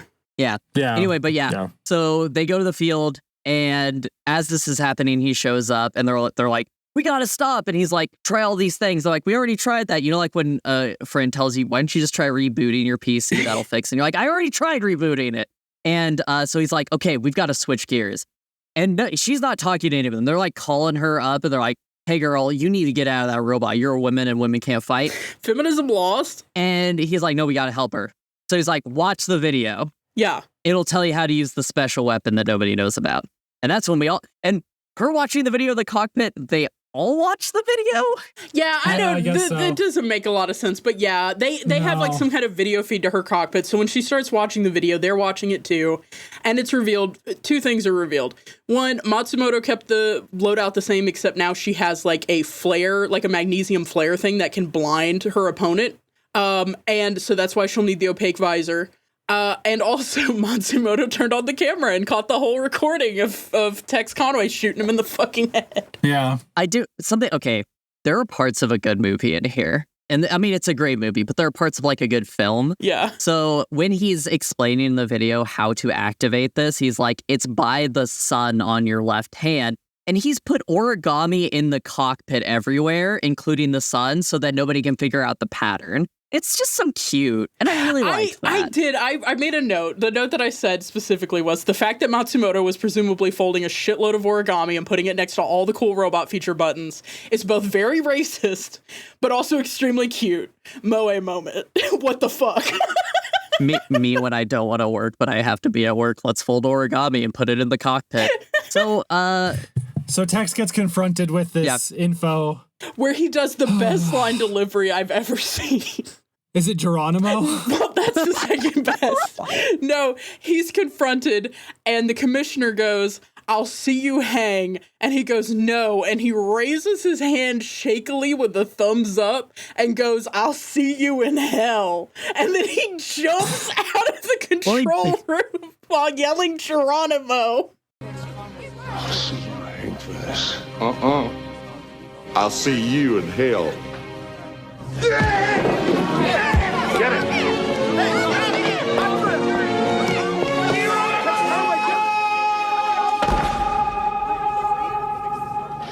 My man chose death. You really said Geronimo. He really did. He really did. Straight up fell to his death. That was it. That's the end of Tex Con. Anyway, this is the funniest mecha moment in I think the entire podcast history that happens here. I'm ready. Which is that Athena like manages to she blinds him. She manages to rip his arm off. And then he grounds her like he did Achilles. And then he looms over her and is like repeatedly punching her mech. But it's like he's just paused with the fist over the mech. And the like hydraulics of the wrist are just going in and out with like the smallest motion, the smallest, slowest motion I've ever seen. It's just like, I thought it was going to be a pile driver. So funny. And then they cut to her in the cockpit and she's like flailing around. She's doing the full Star Trek. She's flailing. Fish. She's having a seizure. She is getting her shit rocked. And every time they cut back to the robots, it's just the littlest dink, dink, dink, dink, dink. When you're in, it was like sparks flying, shit's all happening. Funny. So funny. Yeah, so let's just say the rest of this movie is the mech fight that ends it. So we're just in a giant mech fight. It's a big mech The rest of this movie is infuriating and astonishing and incredible. There's a whole confrontation sequence that happens with Alexander with 1 foot raised to step on people. And when he finally steps on the refs, it has been like 4 minutes. They do a whole pilot swap while his leg is just raised to step on them. Like bags, he says. So, like bags. The refs intercede because she's unconscious. Because now, to be clear, here is what Athena did in this fight. Oh. She walked up, they shot long-range missiles at each other. She got her ass beat by his lasers, and then she uses the magnesium flare, which is supposed to blind him for 90 seconds. He's just built different. It's never explained why he's fine. He's built different. Yeah. And so he knocks her to the ground and starts punching her, and she's knocked out. And I cannot emphasize enough, that is all she does in a mech in the whole movie. That is it. Feminism lost. That's what I said. I was so disappointed. I kind of thought this was taking a turn toward feminism, maybe making a reemergence of the second coming. I was waiting for her to get rallied. No, Achilles has to come and save the day. He drives up in his fucking flying car. He drives his car out there. This car does so much work in this movie. And so the refs come in and they're like, you need to stop fighting. She's unconscious. You will be like forfeited if you do that, which they didn't do in the Siberia fight for some reason. They did not do before. I guess because she's a woman. Again, feminism loses. Charitably, it's like that was a warning for Alexander, and now they're like, you've done this before, fucking cut it out or you're disqualified. I was going with maybe charitably. 300 people died last time, and they're like, we can't have another death. It's going to look really bad. That's a really good point. That must be it. Because there's no other explanation for why they're suddenly against him, just absolutely turning people into smears. So there's this whole scene where he's like slow moving this fucking foot, and they make sure to show you that all the refs jump off. Can we talk about how the refs are standing on it? So this ship is a platform that has like these weird arm strap tubes over them that holds them in place. So there's four of them. You know that movie trope of that coal train thing where they're like escaping from a train and they have to like pump the little minecart thing along the tracks? It's like one of those, but it hovers and there's no reason for either of them to have any controls. Neither. It's really weird looking. Oh my God. And so in that time, he gets in. And he stomps on that. Does he throw Athena out or keep her in? I forget. No. This is the thing. While he's arguing with the refs, they do a whole pilot swap because, like, he gets there, kisses her. Random dudes show up. Yeah, the random dudes show up. They get Athena out. Presumably, there's this whole medevac situation that happens. The pit crew is there. He doesn't just get her out. Gives her a loving, unconscious kiss. It's so... I hate this movie. I love this movie, but I think I missed that. No, they do hardcore. They kiss. And that's when I was like, oh, the certain inevitable geometries, but also it wasn't worth it. It wasn't worth it. And so he takes over and starts to fight Alexander. So I didn't go back and correct the literal millisecond that I missed. I have to describe my experience of this fight scene. Yes. I'm ready. Bruh, I turned I don't even have two screens. I had the movie playing on one half the screen and my notes on the other. I turned to type a note and I looked back and they were in space.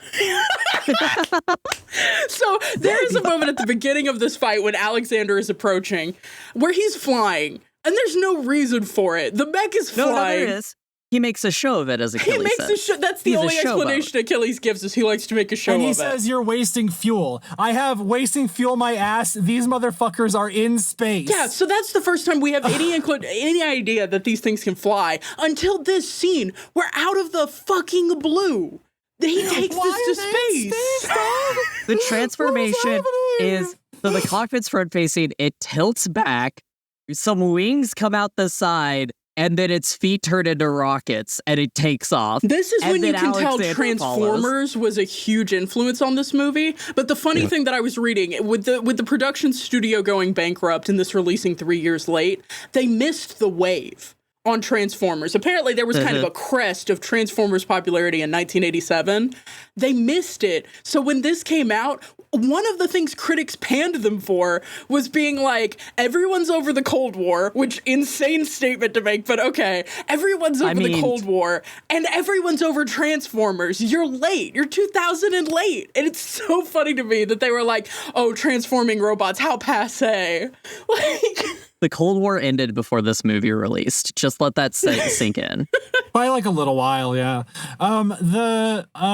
This movie was produced in a Cold War and released in a post-Cold War. It's wild to me. So they have like an orbital chase for like 3 seconds before Alexander immediately shoots his ass down. I thought for a fact they were going to Siberia. Right, because the movie opens in Siberia. So I thought for some fucking reason, it still didn't make sense. But I thought they were just going to fight to the end in space. Yeah, it was a space either fight race to metaphor. the end in space or finish this in Siberia where there are no people around. So like Athena is completely gone. Like everyone is gone. Let's just finish this like men or whatever. No, they just fly right back to Death Valley. The only thing that happens in space is Achilles' foot gets shot off. Because he's Achilles. So Achilles gets shot immediately in the ankle. Of course. Achilles. Oh my God. All he does is fly away from Alexander and crash. And that's it. So he's crash landing, and we hear the automated computer voice at one point say that the cockpit has reached 450 degrees. I had to Google this. A man cannot survive that for like more than there's no way. Yeah. This was ridiculous, dog. And then, so the other thing that happens here is that we get the lamest looking crash landing I've ever seen. This guy fell from space, and he's just like... He slides into home on his face is what happens. Shout out to my hard sci-fi fans. When he is shot in space, there is no sound on the outside shot, and I do appreciate that. Thank you. I'm assuming that was from Gideon. That's beautiful. That's cinema. Everything else that applies to this movie still applies, but at least we had that. At least we had that. I'm just putting that out there. They get back on the ground. There is a sack tap that happens. A mech version. Oh, we get my favorite weapon in this entire movie at this part. The bolo saw. A bolo that is just a giant The bolo saw was earlier. saw. The bolo saw was earlier. That's how they took off the arm. That's how Athena took off his arm. That was Athena. Yeah. That was Athena? Yeah. Oh, okay. Athena did one This thing. is when we get the cock This is when we get Dick Saw. we get Dick Chainsaw. We get Gun Tank and we get Dick Chainsaw here. It's so Alexander fucking just good. keeps This pulling is out the weapons. best. He just pulls weapons Alexander out of is nowhere. piloting Gunbuster. We must say. They pulls out. So he crashes and gets out, and he's like being chased, right? Like no, we gotta on foot talk by about the mech. We Okay. gotta talk about the Dick Saw. Gun Tank. We gotta talk about Gun Tank. Oh, We then gotta the Dick talk Saw, about Dick yeah. Saw. The visual, the psychosexual shit happening, where it looks like he's basically forcing his chainsaw dick into Achilles' cockpit, and the angles are like, that was a lot. It's a lot to be looking at with my eyes PG. on a fucking Monday night. PG. Dick Chainsaw. I had to call my priest after. Anyway, that's all I had to say about Dick Chainsaw. But I paused. I love the it. He turns into the gun tank, so his legs bend like tardigrade bend forward, and he becomes the gun tank. And then they have a little bit more fighting, and then the Dick Chainsaw finally permanently immobilizes his That's back. right. That's right. Yeah. I love the tank treads in this are so well done. It's so cool. Shout out to Roman dudes. And then okay, the ranged weapons in this universe are the shittiest things in the world. So he's just driving at Alexander for a good 5 minutes. And Alexander is just slowly shooting rockets and missing everyone. It's bad. It's so He's bad. A bad shot. But no, so this is when the one thing that Athena did comes in handy. She cut off that arm, and that arm is the rocket punch arm. Yeah. So he ends up out of his mech because his cockpit has, again, I cannot emphasize enough, been forcibly entered by the Dick Chainsaw. So, to be clear, what Achilles does in this fight is he gets in the mech, flies to space, gets shot down, turns into a tank, and then gets Dick Chainsawed. And then has to get out. And so he's on foot. Did he do damage to Alexander? Did he ever hit him with a weapon? I don't know. I don't think so. I'm pretty sure he did almost as much as Athena. Continue. I thought he was about to Shadow of Colossus Alexander's mech. I'm going to be real with you. I thought when he was hanging onto the foot. Okay, can we talk sense of scale? There is a scene where he's out of the cockpit and Alexander is trying to crush him with his foot. And he, as one of the feet is on the ground, he grabs onto it and hangs it. And we get this beautiful shot of Alexander looking through his cockpit window and this monitor's looking for him. He can't see him because he's kind of obscured by being on the foot. Beautiful sense of scale. It's really cool. Love that. I forgot to call it out, but there are so many moments in this movie where you get that sense of scale, and it's so incredible. They achieved it with the models, with just staging where they put people versus where they put the models. Yeah. This movie really nails scale, I think. It's really good. Yeah, it does a really good job with that. We have this fully late 80s intense hot wiring of the rocket fist, and it's like, oh no, he's approaching. Wait, I gotta connect this one more wire. Oh no, he's on top of you. Wait, I gotta connect 3 more wires. Oh no, he's coming down. Wait, I gotta connect 4 more wires. It's the best part. My favorite part of this is there was no build up to this. There's nothing showing him as knowing how any of the machinery works. The only thing we know about read. his intelligence He is can't read. It's an enemy mech hand, and he knows how the wiring works on it to launch this. He grabbed a raw-ass circuit board and hot-wired the flying punch. Matsumoto built his brother whole... just read him technical manuals for years. Also, apparently this is the rocket punch is the most powerful weapon in this game because it has 300 confirmed deaths and knocked out Alexander's mech. Yeah, because it immediately it owns his own mech. It's an own goal here that he achieves. Yeah. Takes the mech out, and then the punch is so powerful, and then there's another beautiful line delivery here, which is he's inside the forearm or whatever, and he raises his fist gently, and he shakes it, and he says, yeah. And I type that H, yeah, because that's what it sounds like. He's just like, yeah. It sent me to the fucking moon. And then Alexander gets out of his wrecked mech and comes to beat his ass with a stick. Nothing but respect. I love this. This is full anime. They are down to they can barely throw punches by the end of this, and they're still scrapping in the dirt, and it's hot, and they're dirty. There's smoke everywhere. Great. I want to talk about the capital F film of this all. Yes. So, so what I love in this is as the movie goes on, we have less crowd scenes. We have less everything. As this fight continues, we don't get crowd scenes. We just get the people in the control center. I don't know if it was a budget thing, but when we get to this point of the fight, they never cut away. Yeah. This is it. They are fighting on the ground. There are no reactions. Nobody's watching. They're not doing this for anybody. Also, 2 years after this movie, They Live came out, and it does this same fight scene better. Yeah. And when Alexander grabs that big rock. He grabbed a rock. He was going to Cain and Abel his ass. He was. This fight is so brutal. Alexander gets his arm broken by a pipe. He tries to shove Achilles into a fire.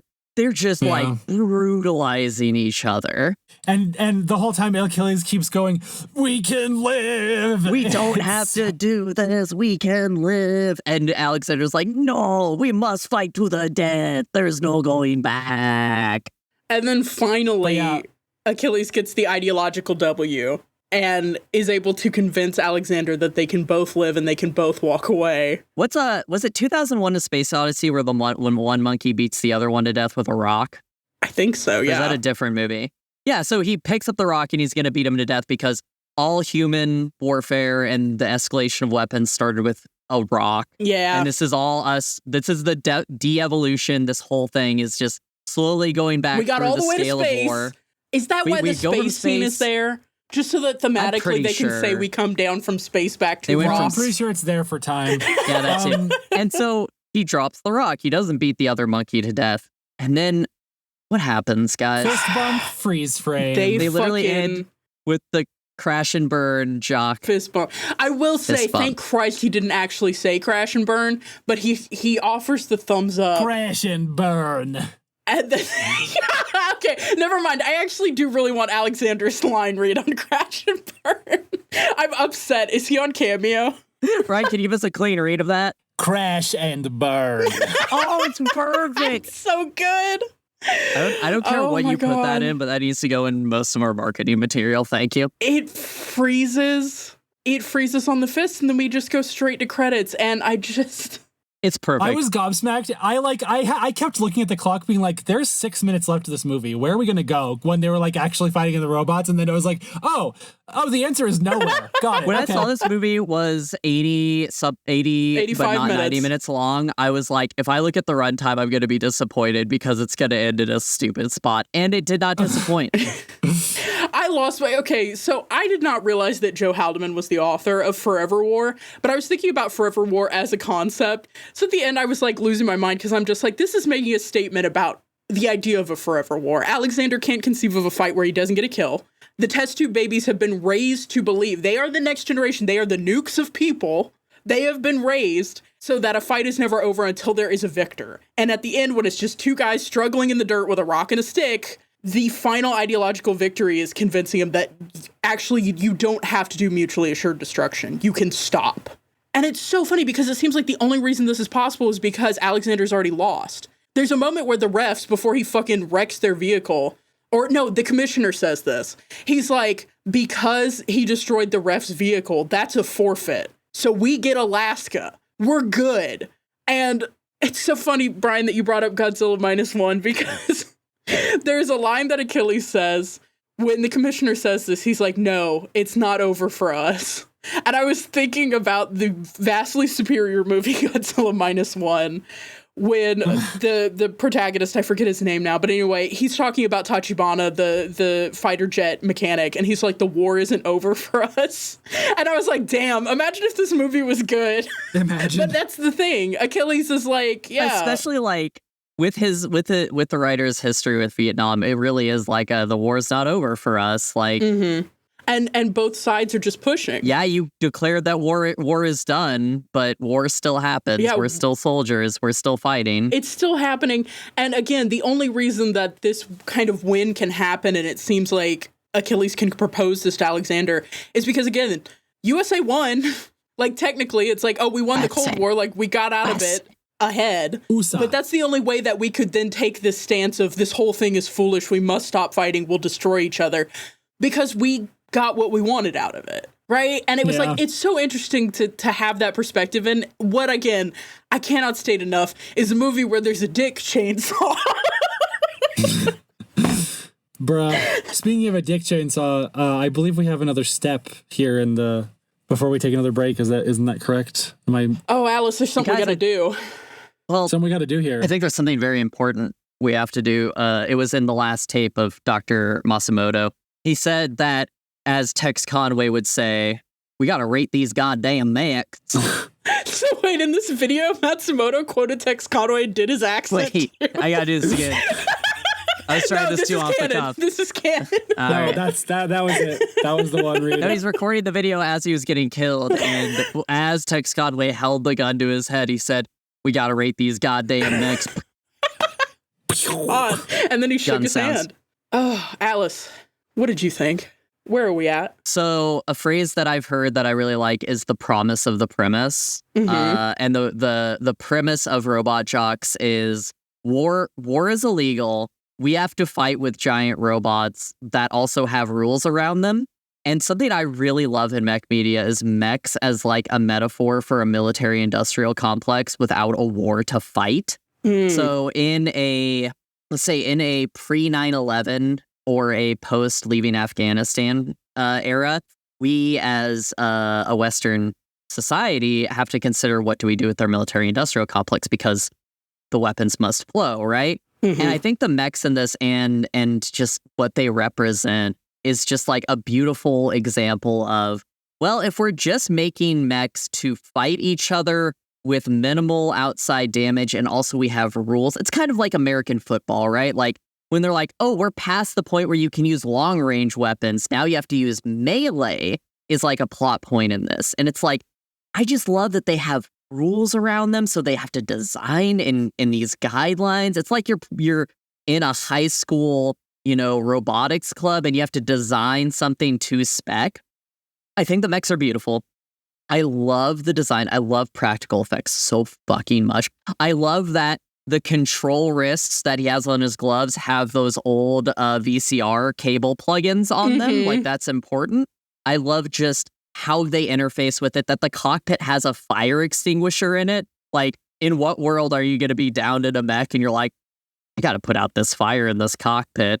But just like, it does it so well. The sense of scale is perfect. The weapons are wild. We didn't even talk about the sudden Gatling guns that Alexander pulls out, which are like, if you're in a mech fight, you don't need a Gatling gun. That's very anti-personnel. Like, these weapons are in a predication that the war will go hot again. Like, they are developing these weapons for good.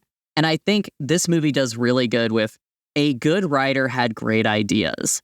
And then a guy came in and said, what if we made green laser? And because of that, I'm going to give this a 6. Because while I love the mechs, they are limited. And it's just like, standing man emoji it can only get so far. It could have been so much more. That's my thoughts. Brian. I mean, this one kind of ticks all my boxes as far as what I like. I will say I'm pretty cool on most of the mechs. Like, I don't love any of the market mechs very much. Like, the tank treads are super, super sick as a note, but they are kind of an afterthought. And for most of the movie, I think it looks a little bit dopey and clumsy. The thing that really, really solidified this rating for me was Alexander's last mech, the 4-legged like monstrosity thing with the dick chainsaw. That thing absolutely slapped from start to finish. It did nothing but own. It is the only reason it lost. It's so bad. Had the best weapons. It's so good. It was so sick looking. I was originally going to give this a way lower score, but like that thing alone and that last sequence being as baffling as it is, I think this one's a 7 for me. I do have a gif of the dick chainsaw. Yes! Oh, fucking thank God. Fucking go! OSGpod.com. Yeah, we will have it there. We will have it there. Oh, yeah. I agree. I think it's interesting. I think there's a lot. It's really interesting how many different notes there are for like the robots in this show, the different things. Like I said, we pointed out kind of the Star Wars, not just the coloration, because like, again, if you look at the Matsumoto 14, there's a lot of white on that thing. There's a lot of red stripes that can read orange. Like Gundam. You do feel, and especially, I put a great image here of moments before disaster where it's falling on the bleachers where you can see the whole thing. It has a Gundam silhouette too. It's really blocky. It's got big feet. I think that visually was kind of interesting. And again, enough cannot be said about the fact that these were miniatures. That just, it's incredible. The work that went into them. Detailed and cool looking. I kept thinking about the fact that, like, when I paint minifigures, right? I think I've done a pretty good job. I've done the best I can with my clumsy human hands and these tiny, tiny figures. And obviously their figures were at a bit of a bigger scale. There was a picture I was going to post. There's a picture in here of like a person next to his last one. That's really a good sense of like size. Yeah, this is the picture I was going to share. It will be on our website, but there's one of the people doing the stop motion setting up the rig. So you could see like their bots were probably like a 1/44 scale of a Gunpla. Like they're the bigger build. But like the extreme technical detail on the paint lines and the little greeblings and the hoses, they really worked hard to create something really incredible here. But like Brian, I think the Russian bot is what seals it for me. I like in the initial sequence, that thing has a fucking mace. It straight up just has like a Morningstar or a mace in one hand, and it retracts, which is wild to me. That retracts. That was really cool.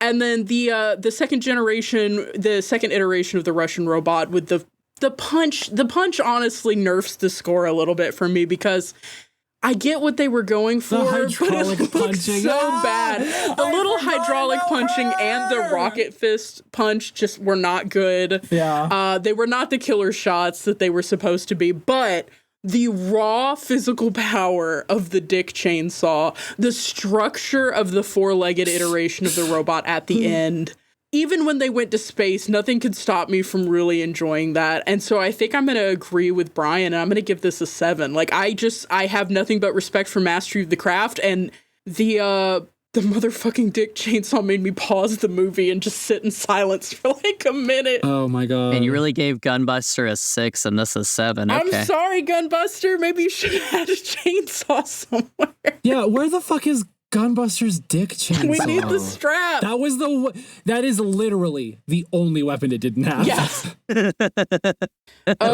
Well, after the break, we will be put in the Torment Jungle Gym by Alice, who has this at this episode's game, and we'll answer a letter. So we'll see you then.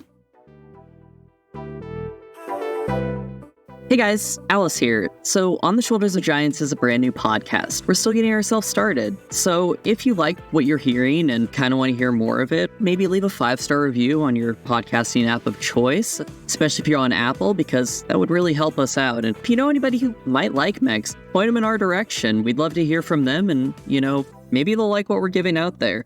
Again, if you like us, leave us a note, send us a message, leave us a review. Just, interact with us. We'd love to hear from you. And with that, let's go back to the episode. Welcome back from the break. The game. Guys, I have some news. Yeah? What? You both have been selected as the next round of Robot Jox. Oh my God, we got drafted. You will be representing, you've been drafted. You will be representing one of the 2 major powers in a contest for Saskatchewan, the beautiful territory of the former country of Canada, lost in the nuclear holocaust except for the beautiful territory of Saskatchewan. The tar sands are still active. We can still get the oil. Brian, I will defer to you because I hosted. You have to decide. Who are you representing, Brian? Yep. Oh, I'm representing the Confederation. Yeah, I knew you would, but I'm still mad. All right, I'm a market bitch. My call sign is Young Freud. No, I'm just Now, luckily, both of you are not gene jocks. You are natural-born humans who have prepared for this moment.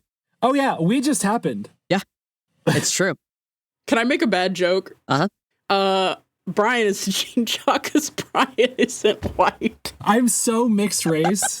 I'm just mixed race enough to not be considered human by this movie standards. I had to say it. This movie's fucked. there's a couple other things we have to get out of the way. Okay. You're going to need call signs. Oh, what fuck. mythical god are you going to name yourself after? Oh, I'm Hestia, goddess of the fireplace. I don't want to be here. I want to be at home. The only one I can think of right now is Thanatos. So yeah, death. Call me Than. Hey, Than for short. Now, we're very fortunate in the fact that I was going to make a female pilot joke, but now we're very fortunate in the fact that you both have that neither of us are women. That neither of you are women. Yeah. you were almost done, but they brought you back in. Oh, for one last job. But you're both very lucky. You have the full economic and technological might of your respective patrons going into this fight. So you will have an array of weapons because, as you know, a mech has to have, probably looking at this list, about 10 weapons each, right? But that's great. But unfortunately, things got mixed up, and you're going to have to choose what weapons you're getting from the pile of weapons that we have in the middle of the hangar we both share. It's next to the bar that we both share. This is all making perfect sense to you so far, right? Oh, yeah, this is just, Yes. It's Australian rules mech death fight. I can hear the one song in the world blasting from the bar next door, and all is right with the world. Brian, of course, has had 3 shots of vodka. I've had a light beer because I'm in training. But unfortunately, Brian, your shot tasted like blood. And Nico, your beer was curdling. So how this is going to work is we are going to take turns going between you. You will have an option of 3 weapons. You will get first pick and then second pick. Now, to pull back the sheet a little bit for the listener, this is rock, paper, scissors. Each of these weapons is assigned a value of rock, paper, or scissors. The players, that is Nico and Brian, who have their ears covered right now because they're good little girls who want presents for Christmas. Dude, you don't take your headphones off for this. This is you don't have to kayfabe it. So they'll be choosing these weapons. They won't know what's going to happen until I tell them what happens. Pretty simple. They will be assigned points depending on if they get damage, and the most damaged mech loses. The other one wins. And it doesn't stop until there's a winner. So you guys will be choosing the weapons, and we'll find out. Hell yeah. Who wins each round of this fight. And after 10 rounds, your contract is up, and you can stop being a Robot Jox. You both ready to play? Yeah. Now, unfortunately, we do have reports that a Canadian spy is afoot. Oh God, not Greg Mountie. I was gonna call him Mountie Beaverton. Not Mountie Beaverton. At least one of these weapons is sabotaged. Oh, if you pick it, it's an instant lose of the round. So be careful in choosing your weapons and look out for the telltale signs of Canadian influence, maple syrup and Tim Hortons. All right, let's get into it, Jox. Okay. Oh, wait, I forgot, and you got to put this in. The name of this game is Robot Jox, Paper, or Scissors.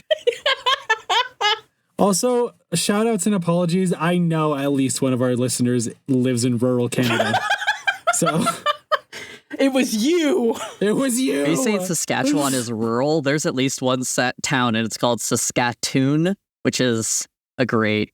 Alice is just doing Canadian hate crimes right now. Let's get into it. Yes. Before you have a lion's share of lasers. You can choose the red laser, the green laser, or the yellow laser. New laser just dropped. Who dat? Brian, which laser are you choosing? I choose red laser for Mother Russia. That's beautiful. Alice is not gonna make it. I didn't expect the accent and I'm dead. Okay, Nico, that leaves you with the choice between the yellow laser and the green laser. Which one are you choosing? I like to stay on the cutting edge, so I'm gonna take the yellow laser. Piss laser. All right. The Jox have taken the field, the spectators are in the stands, and you fire off your lasers. And unfortunately, Nico, your laser is reflected, and Brian gets a sure hit on you. Oh. You've taken damage. Oh. But luckily, there's more weapons. Brian, you have your choice between... Sorry. Nico, you have your choice between a rocket leg, a rocket fist, or a rocket left eyeball. Which one are you choosing to use? Oh, I'm gonna go with rocket leg. It's stupid, but I'm slightly hopeful it won't be used against me in the climactic battle. Brian, that leaves you with the choice between the rocket left eyeball and the rocket fist. Presenting a terrifying world where it was a real eyeball. I'm going to go with rocket eyeball. As you deploy your rocket eyeball, unfortunately, it is kicked out of the air by a rocket leg that then slams into your chassis. Yes! That one's going to hurt, comrade. Oh, my multiple chassis. All right, we've got a rally. We're getting into it. We're still in the ranged weapon phase, so let's see what else we've got. God, Brian, Alice, the verisimilitude you brought to this game. Oh, I don't There's a ranged weapon phase. Thank you.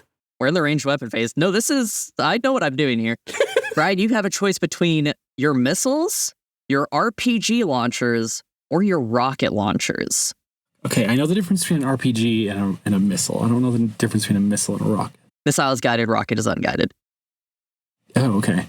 I'll go with a missile then. Shit. Sorry, missile. Which, coincidentally, I'm from Alabama, so I wanted the missile. You better start using a southern accent. I wanted the missile, but... Fortunately, you have your choice between the RPG and the rocket. I'll take a rocket. I think those are good in Armored Core. I don't remember. I know the RPG is expensive, so... They're all spendy, honestly. Anyway. Brian, your missiles are well designed, but unfortunately, they're nothing for the unguided rockets that Nico is throwing out on the field. They pepper your mech, give you some damage. Don't need guidance if you aim! This character's taking a turn. All right, Nico, you have the upper hand. You've just done some damage. Now you have a choice between a machine gun, a chain gun, or a Gatling gun. Well, as we all know, the Gatling gun was invented during the Civil War, so I think I need that's a grim fact to bring. I'm gonna take the Gatling gun. All right. Brian, that leaves you with the chain gun and the machine gun. Chain gun, cross you like a bag. Your chain gun goes off, it does some damage, but then the Gatling gun spins up. Damn it. And as it starts to fire, the barrels explode. Oh, no! Sticky maple syrup rolls out of it, and poutine comes out of the barrel. The Canadian spy has gotten to you. Delicious carnage. Unfortunately, that means that the chain gun hits and you have taken immeasurable damage. Oh my god, immeasurable. Things are getting spicy now, so... Well, actually, Nico? they're getting kind of bland and beef flavored. No, it's Brian's turn. All right, Brian, it's now time. You've got to deploy a grenade. Are you going to choose a frag grenade, an impact grenade, or are you going to throw out a flashbang and blind them? Blinding is for Yankee coward. I'm going to do impact. Love it. That's yep, it's on brand. All right, Nico, you've got a grenade coming at you. You have your choice between a frag grenade and a flashbang. Well, blinding is for Yankee cowards, so I'm going to go with a frag grenade. Your impact grenade strikes true, but unfortunately, the frag grenade does more damage to you, Brian, as you feel your cockpit shudder. But you have a trick up your sleeve, and neither of you knew this because, unfortunately, the control room has decided that this is going to space. You both launch into orbit in a chase scene into space, and unfortunately, we now have to fight in space. So, Nico, as you are chasing down this Russian, or I forget, sorry, Confederation. You're good. As you're chasing down this Confederation pilot, you can either deploy your space laser, your space torpedo, is a torpedo but for space, or your space fist to try to do damage. See, I passed on the fist before, but now I feel like that's a space fist. I'm going to take the space fist. All right, Brian, that gives you the option of your space torpedo or your space laser. Laser. All right. You shoot your laser, but unfortunately, that fist cannot be stopped. Just kidding. Oh my god. It cut through the laser. Oh my god. It's hit your heel. Your machine, it's damaged. You tumble back down to Earth and crash in the beautiful fields of Saskatchewan. I forgot we were... Okay. All right, you've now crash landed, and it's time to pull out the melee weapons. So, Nico, you have your choice. Time to pull out them fists. Are you going to use one arm to fight, 2 arms to fight or 4 arms to fight. Oh, I'm going to give him the left hook. I'm going to go with 1 arm. Brian, you now have the choice. How many arms do you want to fight with? 2 or 4? 2, but one of them is Nico's other arm. You picked it up. Did you like click it onto the side of your unit? Yeah. It was damaged. You ejected. Oh, I love when mechs eject like a damaged part, and then they slot one in. Well, Nico, you have a strong left hook, People have said this about you, but unfortunately, so does Brian. And he also has your good right hook. You take 2 to the jaw. Oh, no. But luckily, we it's not over yet, but it looks like we're cooking up something up next. So, Brian, you now have your option of melee weapon. Are you going to use your arm blade, a giant hammer, or a war axe? Hammer. Oh, yes. Hammer and sickle. Yeah. All right, Nico, that gives you the war axe and the wrist blade. Well, I, of course, deploy my heat hawk. So, it's going to be the axe. All right. You swing out your axe, but unfortunately... Oh, the working man of the Confederate, it's a strong hammer. He does seize the means of production on you. Luckily, Nico, you still have a chance because yes, we had weapon, but what if we had second weapon? You can now choose a long sword, a rapier, or a katana. I gotta be on my Dark Souls shit. I'm gonna need that long sword. All right. Brian, that leaves you with your choices of the katana or the rapier. I think I want to go katana. You pull out your glorious Hanzo steel as you clash swords and chop away at each other.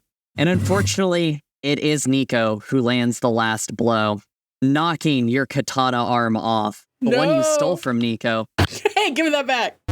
In your last moment, you pull them down together, and you both are ripped out of your cockpits in the crash. You're now tumbling on the ground, fighting, trying to beat each other up and win.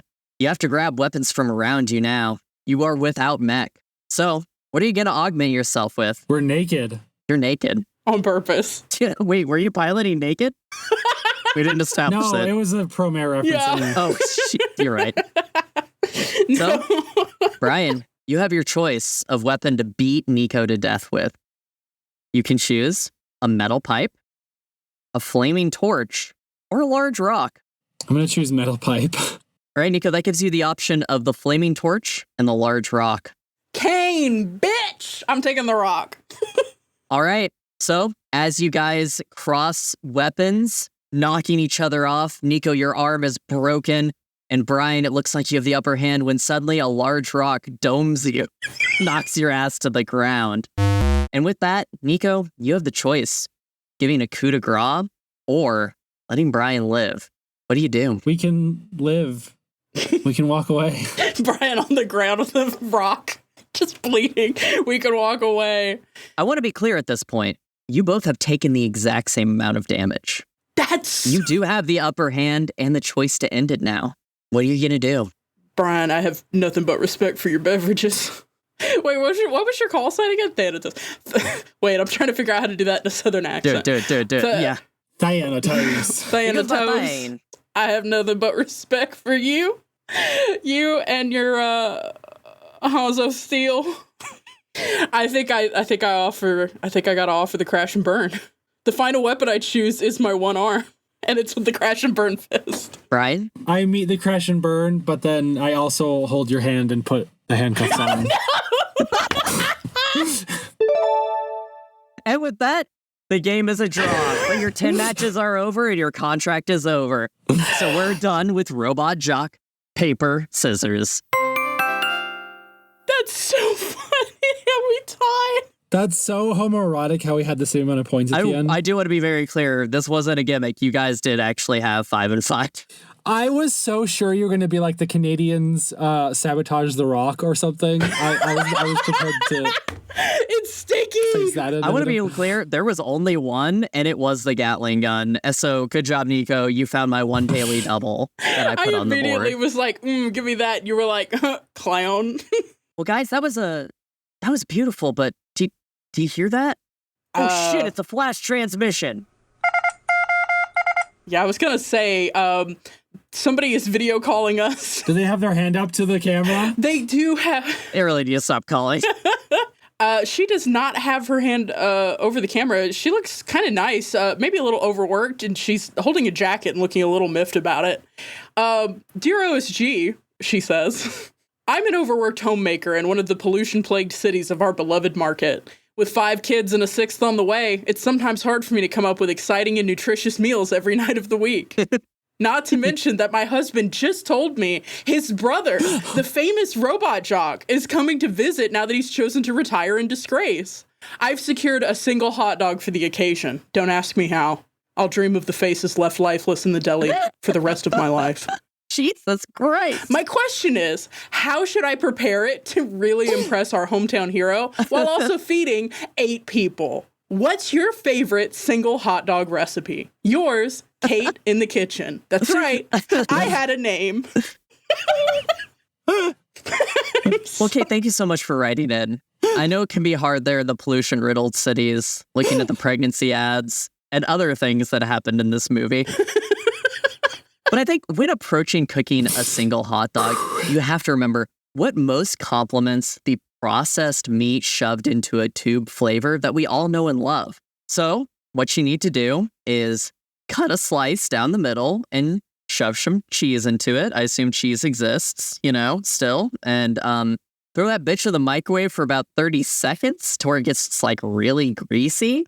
And now here's the key part. You're out of hot dog buns, so you're going to have to take a piece of bread and try and fold it and then like put it in the oven to bake it to kind of firm it up, and before you put the hot dog with the Kraft cheese in it in there. And now here's the hard part. There's 8 of you, so you're going to have to pass this hot dog, this poor person hot dog, around between you, each taking a bite in turn.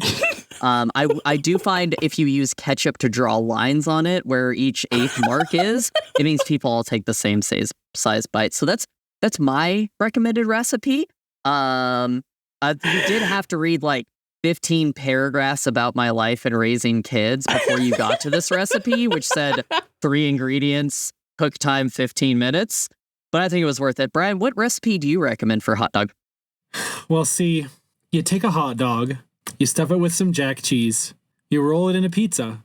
You got cheesy blasters. What the fuck? I gotta Google something really quick. What the fuck is that? Do they have that in Russia? What is that? My God, this is it's 30 Rock. Okay. I hate this so much. It's so rancid looking. I love Liz Lemon so much. And then all the kids say, thanks, Meat Cat, and then Meat Cat flies away on his skateboard. Oh, my recipe would be, so you know how in Japan sometimes when they pack a bento lunch, they cut the really cute octopus? Yeah, I've seen that scene from Nichijou. Yeah, there's only two ends of the hot dog to give you the top of the octopus. So you're gonna need to cut the hot dog in half and then, do the little legs and the face and everything. And then you're gonna need your children, your husband and his brother and you to fight to the death. In giant robots. For one of 2 hot dogs. You're gonna need some, now hold on, store-bought is fine, but you are gonna need some giant robots for this recipe. It's like, choose things that you already have in your kitchen. A giant Robot Jox. Everyone just has one of those. And then just fight to the death, because here's the thing about meat. It's only special if you get enough of it. So just keep that in mind. I'm so glad I'm vegan. Or you could make, hot dog chopped into fried rice, but that seems far too logical. I think you need to fight it out. Kate, thanks for calling in. I love your little, overall strap dress. It's super cute. Oh, she hung up. I guess she was uncomfortable. Kate, here's my jacket. Anyway. I guess she was uncomfortable talking to another woman on screen. She's not used to it. And that's this episode of On the Shoulders of Giants, where we discussed Robot Jox. Any parting thoughts, gang? I think the 6-minute mark is a good time mark to introduce misogyny. Just in anything, just in general. That's when we do it on the pod. Brian, you got anything? Just, y'all gotta remember that the 90s and the late 80s was a special time for Lycra. And we just have to make sure that legacy lives on and make sure we pay our respects to the stretchy, vacuum-sealed fabric. Our Lycra warriors. Thanks for listening. Pilots, remember you can reach out for advice from the team at our email, questions@osgpod.com, and non-pilots can send general queries or video calls or feedback to the same address. You can catch up with us on social media. The links are in the description for updates and more. Make sure to check back in 2 weeks when we'll be discussing Voices of a Distant Star. Until then, crash and burn! Crash and burn! Crash and burn.